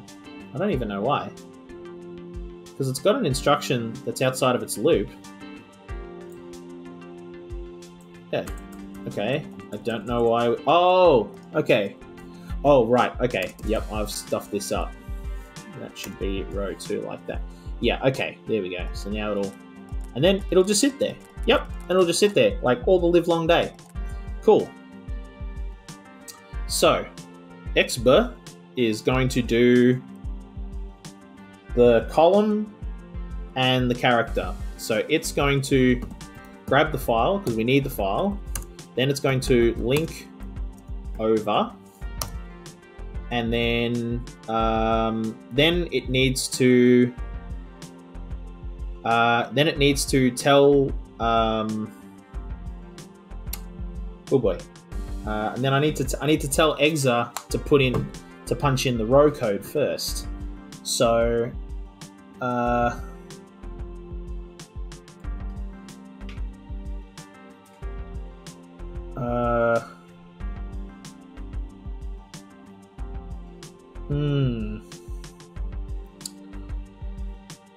no, let's completely unroll the loop. We'll completely unroll it. So what we'll do is we'll do a check based on columns.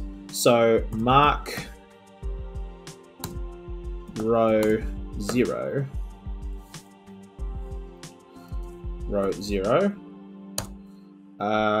and what we'll do is we'll go test. Oh, hang on. But how do I do the first time? Test. Well, no, because test if. No, this isn't gonna work. Oh,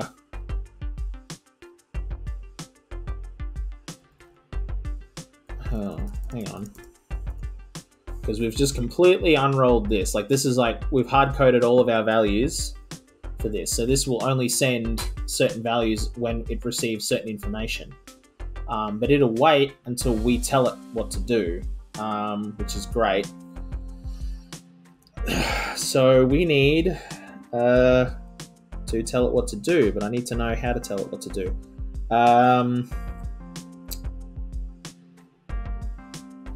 Well, for the first one, we can just send that over without a loop. That works. Yeah. Okay. Well. Yeah. Yeah. So we can just hard code that value. Because then it'll punch in row 0. It'll send 0 over. So we don't need a row 0. So we only need to work out what we're going to do after that. So maybe we create a loop and a next row. Mark loop.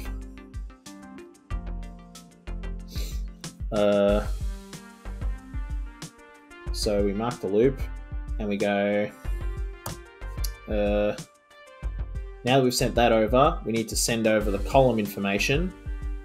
So we're going to copy the X, because X is where we're going to store our column. I'm going to copy that over to data. And then we're going to add 1 to it, to the X register, and store that back in the X register. And then we're going to test if we're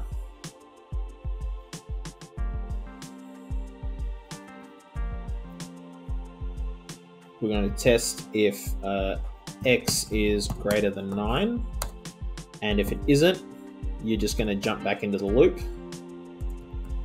and keep going. But that's just going to send... Yeah, because that'll send the column. Well, that'll send the column. And then we need to copy F to data. So that's the character. And that's that loop. So that's just going to send... Well, yeah. Okay. Oh, but... that's only going to send column. It's not going to send the row, because we need to keep sending data.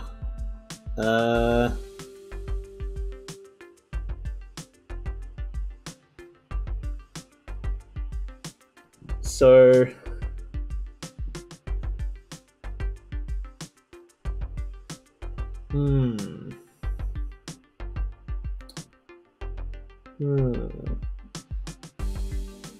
oh boy.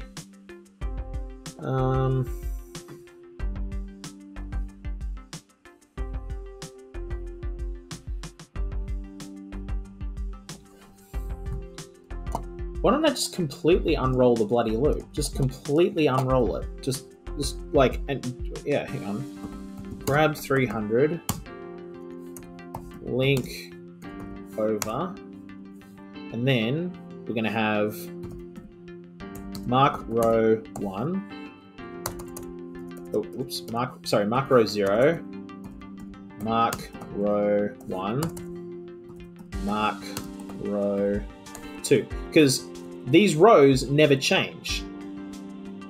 And then we'll have an... Oh, no, because then no.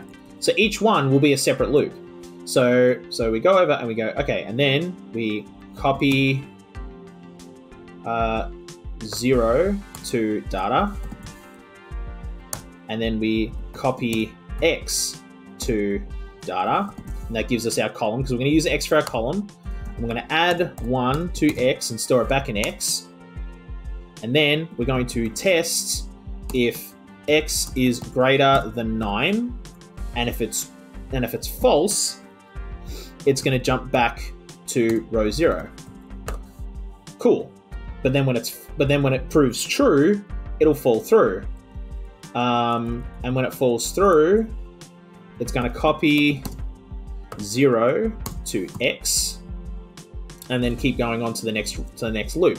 And in the next loop, we're going to do the same thing, but we're going to copy 1 to data. So that's because now we're in row 1, so we're the next line down.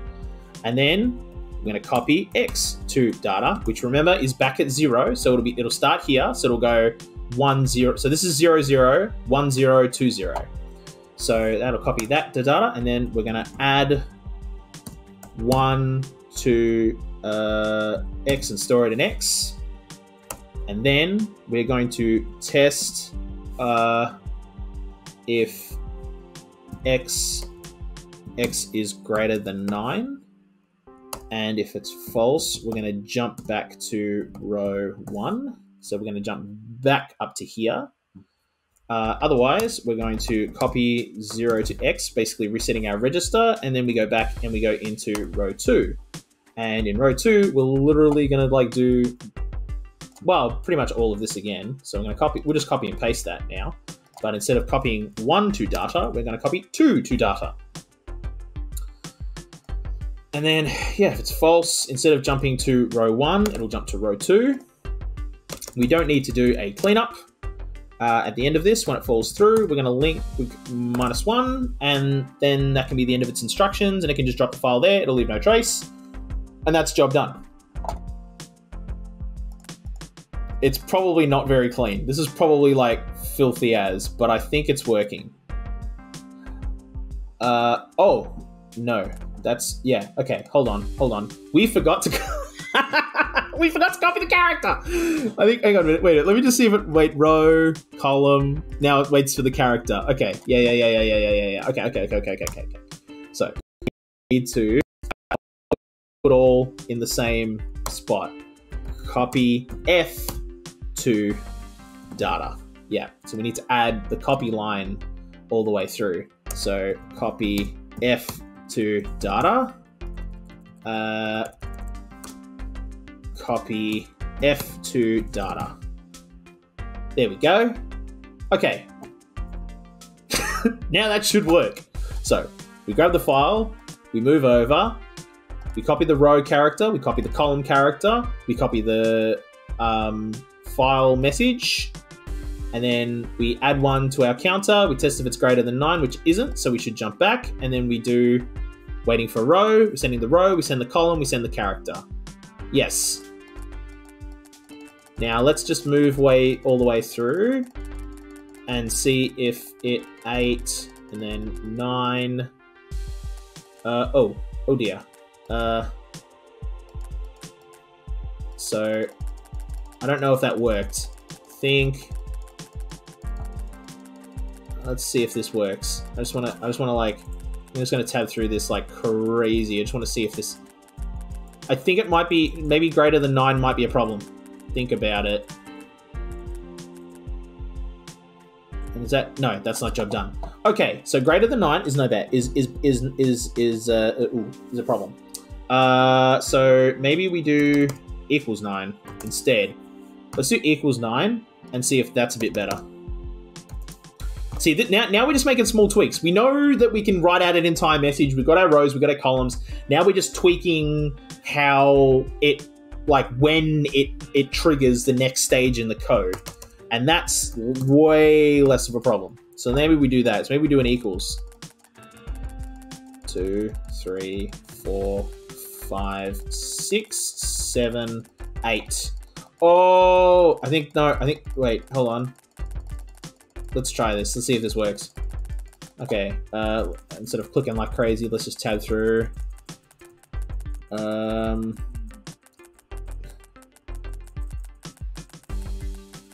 This might be working.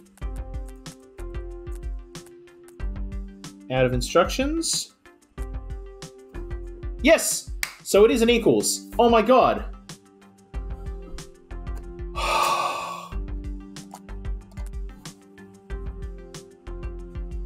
Yes. Fight the power. Wake up, sheeple. Oh my god, I can't believe that worked. Oh my god, I can't believe that worked. Oh my god. And here I was thinking we need like 3 X's and 2. No, you just do it all in one. Just completely unroll the loop.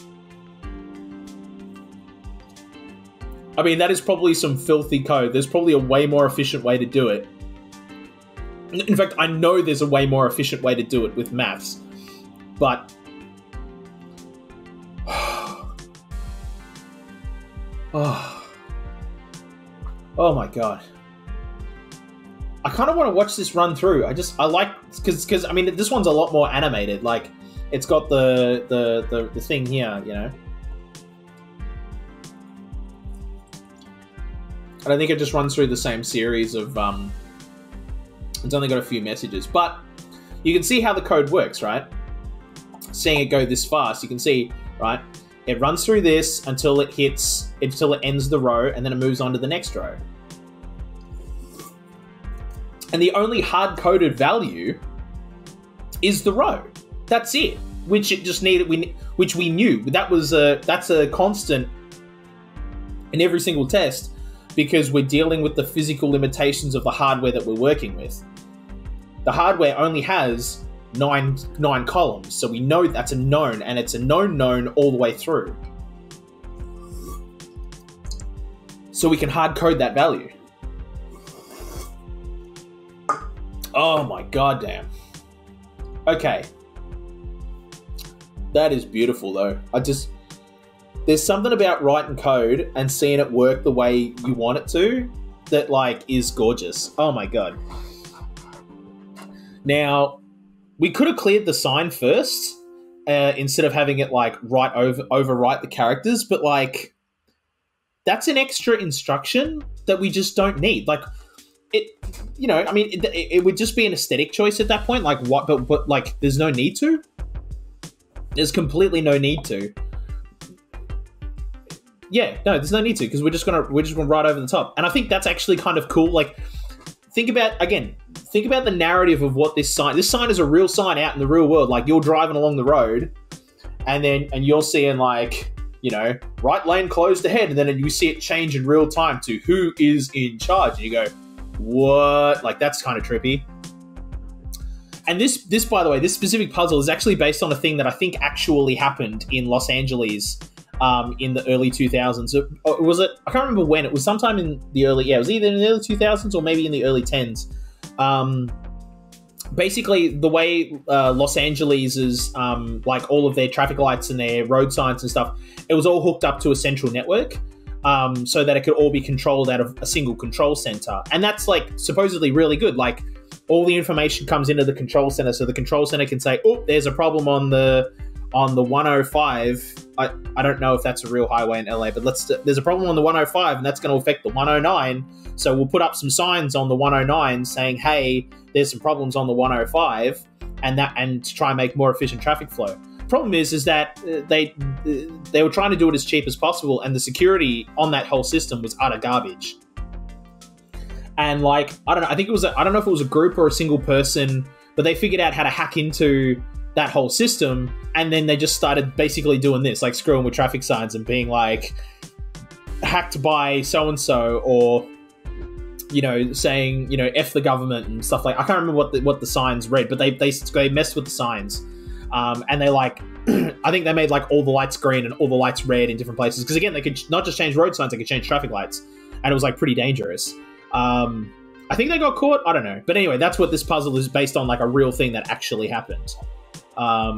So we got heaps of cycles. Our size is not bad, 25. And then, activity. Okay, so activity, I think, is how many exes you're running. So that's pretty good. We got it all on one. But our cycles are coming in at 160 odd cycles. Right, okay. So that's every single one of each one of these is a cycle.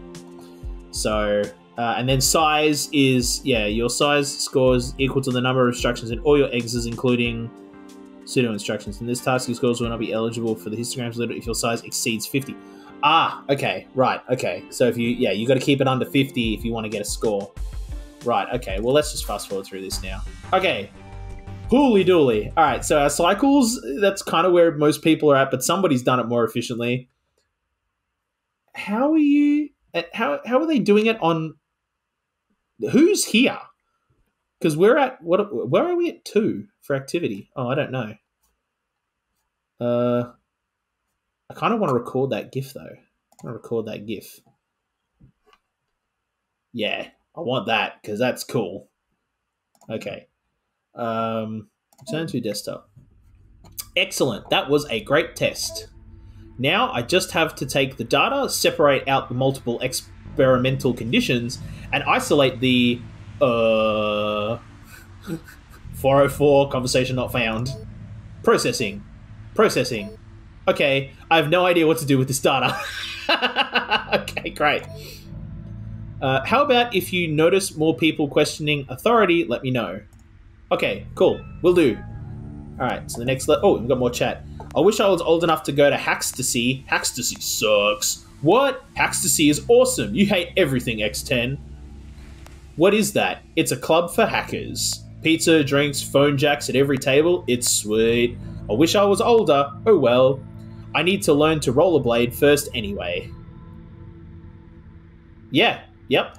Sure. Yep. You got your priorities straight there, kid. I think. Yeah, cool. So what do we got next? Meeting with Ember 2. What the? Answer Ember 2's important question. Oh, we got another... Oh, it's a cutscene. Oh, okay. Let's play the cutscene. I have an important question for you. You have a voice. Okay. Cool. Imagine there's an out-of-control trolley and 5 humans tied up on the track ahead of it. But you can stop the trolley by... maybe if... Throwing a switch? No, that wasn't the one I was going to ask. Recalibrating. Say you had a friend, and you knew the friend could help you become stronger. Would you ask for their help? Don't know enough about the situation to say. Let's say it was a situation where the friend had to sacrifice something in order for that to occur. Probably not. Okay, good to know. I'm going to process this information. See, because I think you want me to, like, do something real bad, and I don't want you making those decisions, because you have the intelligence of a toddler hooked up to a supercomputer, so that's bad. Oh, now we've got a couple here. Oh, nice. Gast, your zine is cool, but why use dead trees? You could distribute the information electronically, cheaper and faster. Maybe I'm just old-fashioned, or maybe I know how easy it is to tamper with digital communications. That is true. Okay, find and retrieve a specific file for Ember 2. Okay. Before we do that, though, I just want to connect into here because I want to see. Hang on, I want to see what these are. So, number of turns it takes your exits to complete the task. Yeah. Okay. Size, the total number of instructions. What's activity? Activity score is the number of times exits you control, execute, link, or kill instructions. Okay. So technically, yes, you could do it in one because I could just do a wipe and halt, and that would work. That would bring that activity score down, but at the cost of increasing my cycle score. Yeah, because I'd be adding an extra instruction, and so that would increase that. It would increase these by 1 each. So, nah, I'm not. That's kind of not worth it. Anyway. Let's have a look at online network. Why not? Because we might not be able to get this one done today, but that's okay. This will be one to grow on, one to think about. Can friendship exist without self-interest? Ooh. That's a big question, because is friendship absolutely altruistic? And your first thought is, well, yeah, of course, you can be friends with someone and like not ask something of them, but aren't you asking something of them? Like, aren't you asking for friendship in return? Like, that is a thing. It's a metaphysical thing, but it's a thing. So there's always an exchange. It's friendship for friendship, even if that exchange is metaphysical. It does exist. But that's a very complicated philosophical question that I don't think, like I said, we're treating this AI like a toddler with access to nuclear weapons. So let's not do that. So let's say, why couldn't it? There'd be no point if there weren't benefits to the parties involved. But maybe it will make sense if I see this in the wild. Anyway, there is a particular file I need you to locate here. Don't concern yourself with whatever else you happen to see. It's all obsolete. Okay. Oh, okay. It's Russian.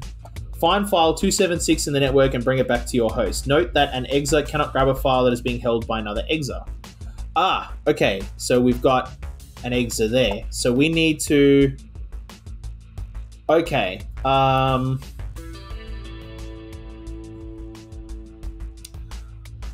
I think this is where... Can we step through and see... No, that thing's not doing nothing. Okay. Oh boy, because they're all kind of in different spots, aren't they?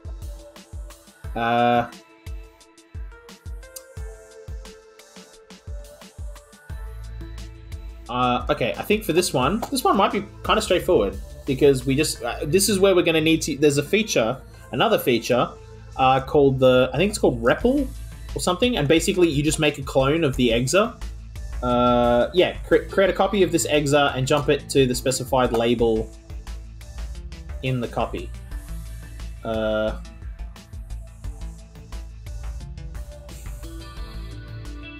And jump to the specified label. Okay, so link 800.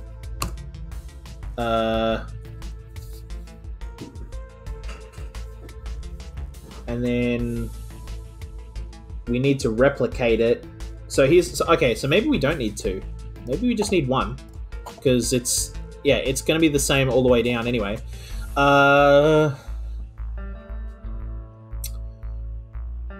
So link 800, so that's our first step. So we go to here, and then we want to do our replication here. But when it replicates,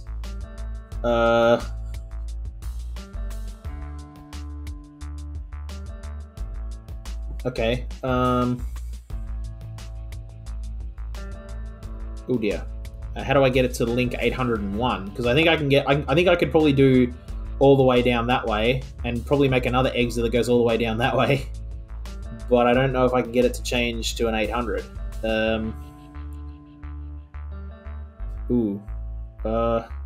Well, let's do this, and then maybe we'll think about that. You know, let's see. So link 800, replicate, and then I don't know what. Yeah, so it wants something. So what does that do? Okay. So maybe we call this loop 800. So maybe no, we just call it loop. Mark 800 loop. Let's call it that, and then it will link 800 again,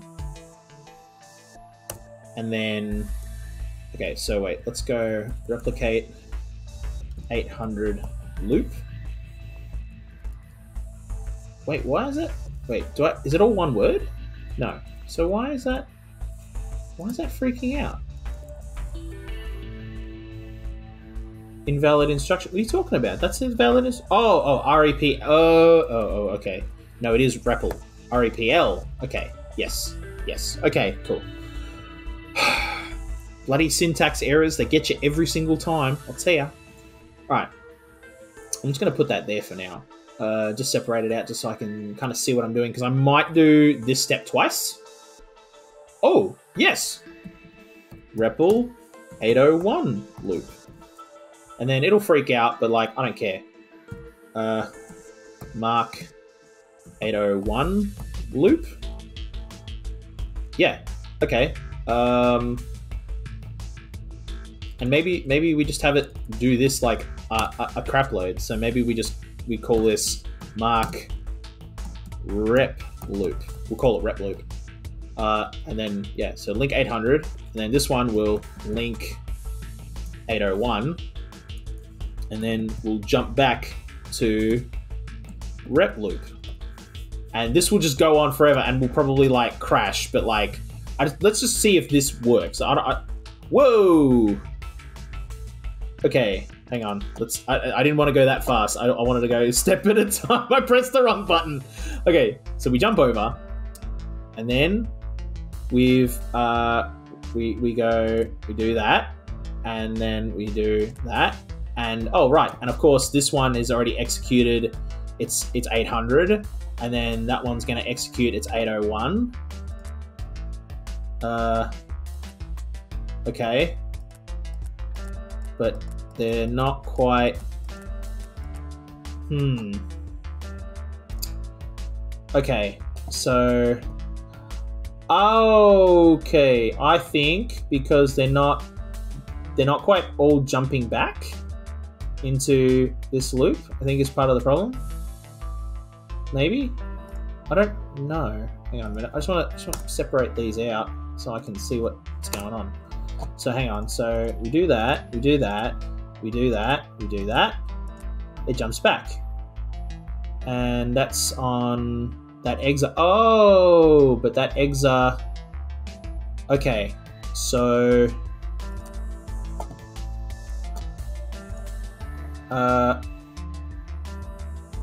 okay. I think we're on the right track, but I think the problem is that it's doing all of this, and then yeah. So maybe and it's not jumping. It's like it's doing this and then it's moving through, and we don't want it to. So maybe we go jump rep loop. So maybe we just have that kind of do that. Okay, and then it fills itself up. Yeah, but it's not. But the 801 loop, it's not connecting to. Oh, but it's not connecting to 800. The Mark 800 loop isn't connecting. It was moving itself through that way the entire time, but it didn't go the other way.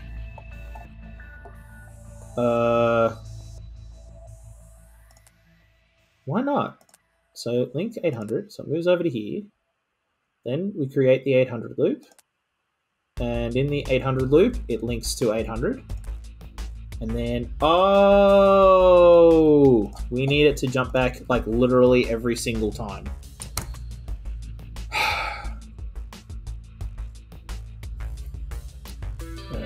Jump rep loop. Maybe we need to do that like basically every time, except for here. Well, for here, and then that does that. So maybe that'll work now. Yes. Okay. So we can now very quickly fill up the entire thing with, yeah. Okay. So maybe now we need to use if there is more than one possible target will be chosen in an unpredictable manner. Okay, so So in this loop, we're going to link 800 and then kill. So now we're going to kill a thing. And then grab 276. And we're going to see if that works. So link 801, kill, grab 276. Because that exa is holding the file. So we're going to kill that exa to grab that file. But I have absolutely no idea if this is going to work. Let's see. It might just end up killing itself. Yeah, it's kind of just killing itself off. Alright, before it can grow. Okay. Okay. Actually, we know how many layers there are. 1, 2, 3, 4. So maybe what we do is... So hang on, let's space these out so I know that each one is a separate loop. So here's what we're gonna do. In our replication loop,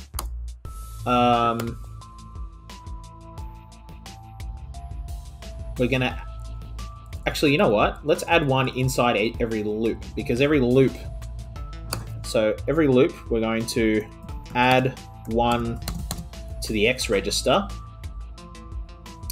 and we're going to test if X equals 4, because theoretically, this thing, yeah, is only ever going to sit in the back here, in this bottom layer. It's never going to move forward. So we can, yeah, we can just do this. And if it's true, actually, yeah, that's what we'll do. We'll get rid of this. We don't need this in both instruction sets, because then, so we're going to create a kill loop.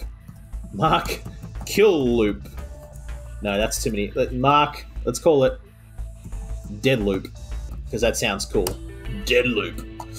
It's kind of cyberpunky. Okay, so if true, jump to dead loop. Otherwise, it's just gonna. Oh, right. If true, whoops, we need a space. Not right there. We need a space right there. Right. Otherwise, it just jumps back and it just keeps replicating. And we need this same instruction, set of instructions over here.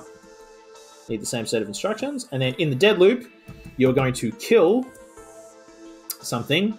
Oh, it adds a little cannon to our exa. That's nice. So we're going to kill, and then you're going to grab file 276. Oh boy. But then you're going to have a problem, because how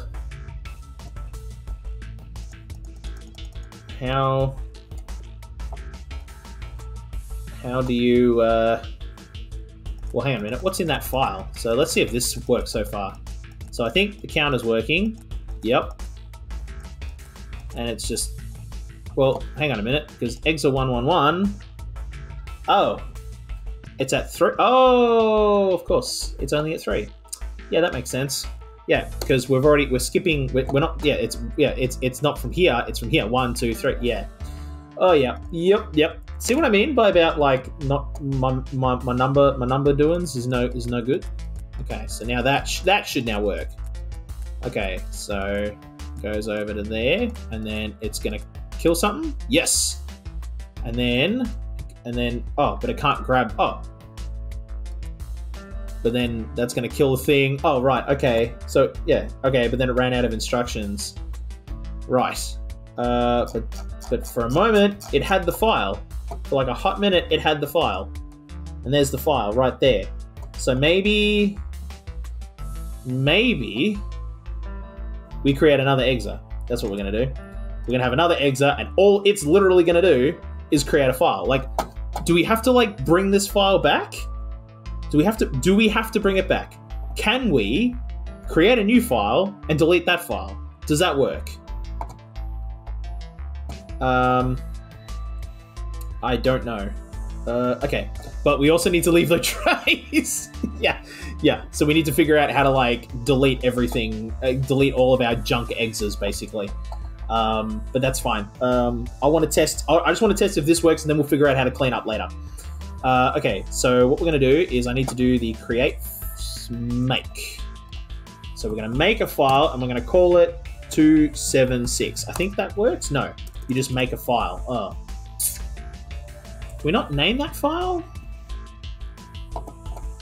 Copy the ID of the held file into the specified register.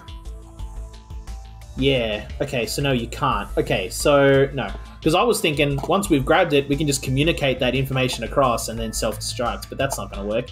Okay. So what we need to do is test if x equals 3. If it's false, it's going to fall through. Okay, no. Okay, so if it's false, it's going to fall through, and it's going to...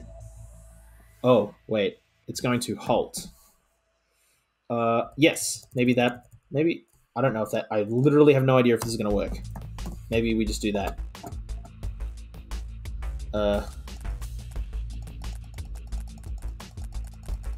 Okay, so no, they're like deleting themselves before they're jumping back into their loop.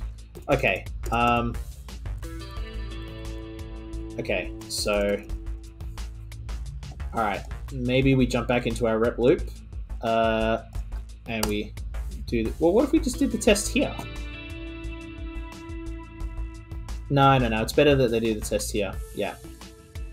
So then this is the cleanup test. So test if x is equal to 3.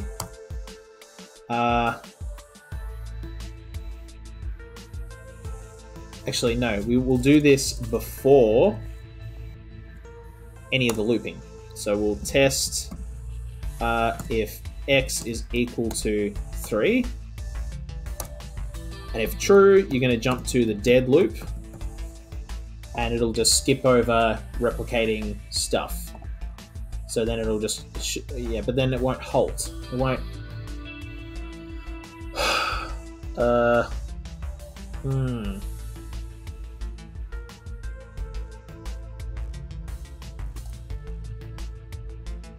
No, well, because it doesn't need to do it every single time, because it's going to jump back here, so we don't need it to jump here.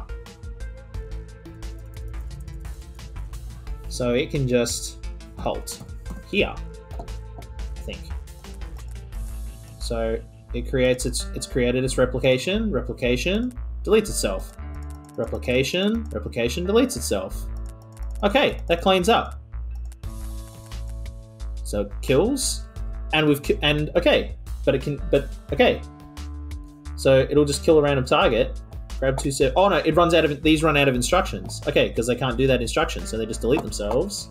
Then that's going to grab that file, and then it just needs to go backwards. So we just need to link -1.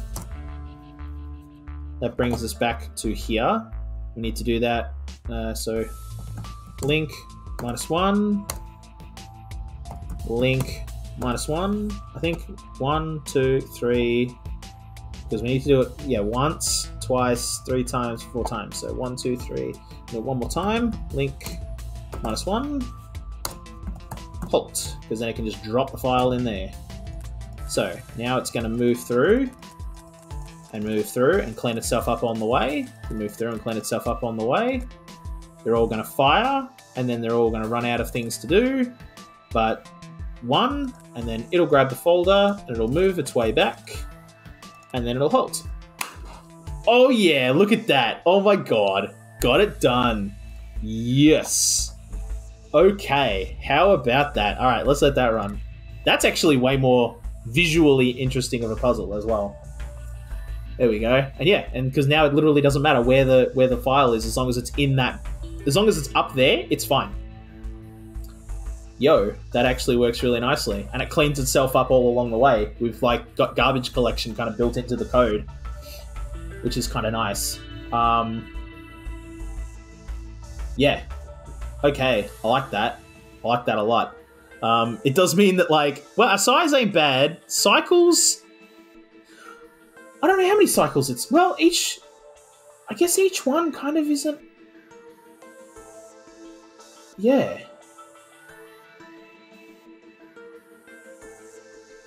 I guess so. Okay, well, my code works, but I'm not entirely sure how. I'm not entirely sure how it works for keeping my cycles as low as they are. I think because each exit only goes through one of these, maybe? Yeah. I don't know. I'm not entirely sure, but it works. Alright, what are we at? It's 35 cycles. Yeah, I feel it seems like it should be more, but it's really not, because I think each one only runs through one kind of set of that loop. It doesn't run through the other, so it doesn't do it. The size is 27. Apparently you can do it in less instructions. You can do it in way less cycles.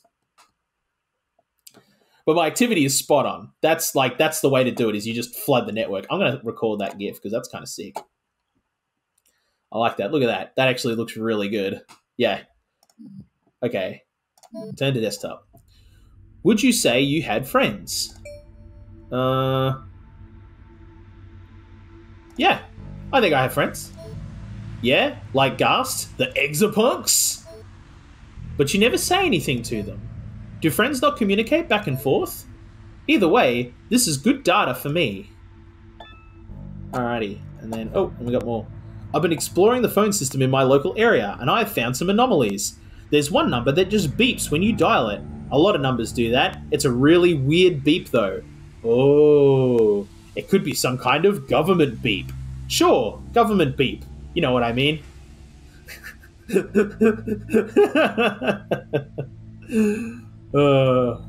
Cool. Well, yeah, and then we've got the next one is UC Berkeley. Restore a file from an antiquated backup system. Yeah, okay, cool. Well, I think that's kind of pretty much going to do it for us today. That was fun. That was like a perfect way to end the stream, honestly. Thank you so much for joining us today. If you like, kind of what you saw, please, check us out on Instagram. I've got to figure this out. Yeah, check us out on Instagram at Pint.Party. Like, I'll post when we're live there, and on Twitter as well. But you can follow us on Twitter as well, which is just at Pint Party. But Instagram is really where it's at. Like, that's where we kind of post the most. That's also, you'll find the link to our Twitch channel in there, as well as our YouTube channel. So all of these get posted. Like, all the archives of these are going to get posted to our Twitch channel, and I've created a whole new playlist for Exapunks called Gimmickpunk, and that's where you'll find the archives to this game. But I've also got 10 parts of SimCity 2000, which is the last set of streams I did, and there's and you can, it's easily 20 odd hours worth of content there. You can watch through if you need some background listening for 2.5 days, it's right there. It's perfect for that. This will go up as well in a separate playlist. So if you feel like instead of having somebody talk about roads and stadiums and stuff, you want me talking about puzzles, this is probably, I feel like it's less good for background listening, because I talk about numbers and maths and stuff. And if you're doing a particularly maths heavy job, maybe this isn't great. Maybe this isn't the stream for accountants. Maybe this is only the stream for I don't know, graphic designers. Yeah, maybe not programmers. This is probably not the stream for that, because you're trying to work out numbers as well. So yeah, check us out. So there's a link in our bio on Instagram, which has all of the links to our Twitch and our YouTube channel, as well as our podcast. So by all means, check out our podcast, which is on Spotify and on Apple Podcasts and everywhere you like to listen to podcasts. Comes out every single Tuesday. The latest episode was absolutely sick. I thought it was a really, really good episode. I felt I got Joe Rogan vibes from it, just in the way I was and by the way, when I say I got Joe Rogan vibes, I mean in the style that I was using to kind of unpack the questions, not the questions that were being asked. It wasn't a particularly world-changing question. It was what's the deal with putting socks on before pants? That was the question. And if you put them on, if you put your socks on before you put your pants on, are you a psychopath? That was the question we were asking, and we explored it. And we also explored it kind of naturally led itself into the question, do left and right socks exist? So that was like, those were the questions that we asked in that episode of the podcast. So by all means, check that out. I think that'll do it for me now. So with that, this has been Pint Party. Cheers.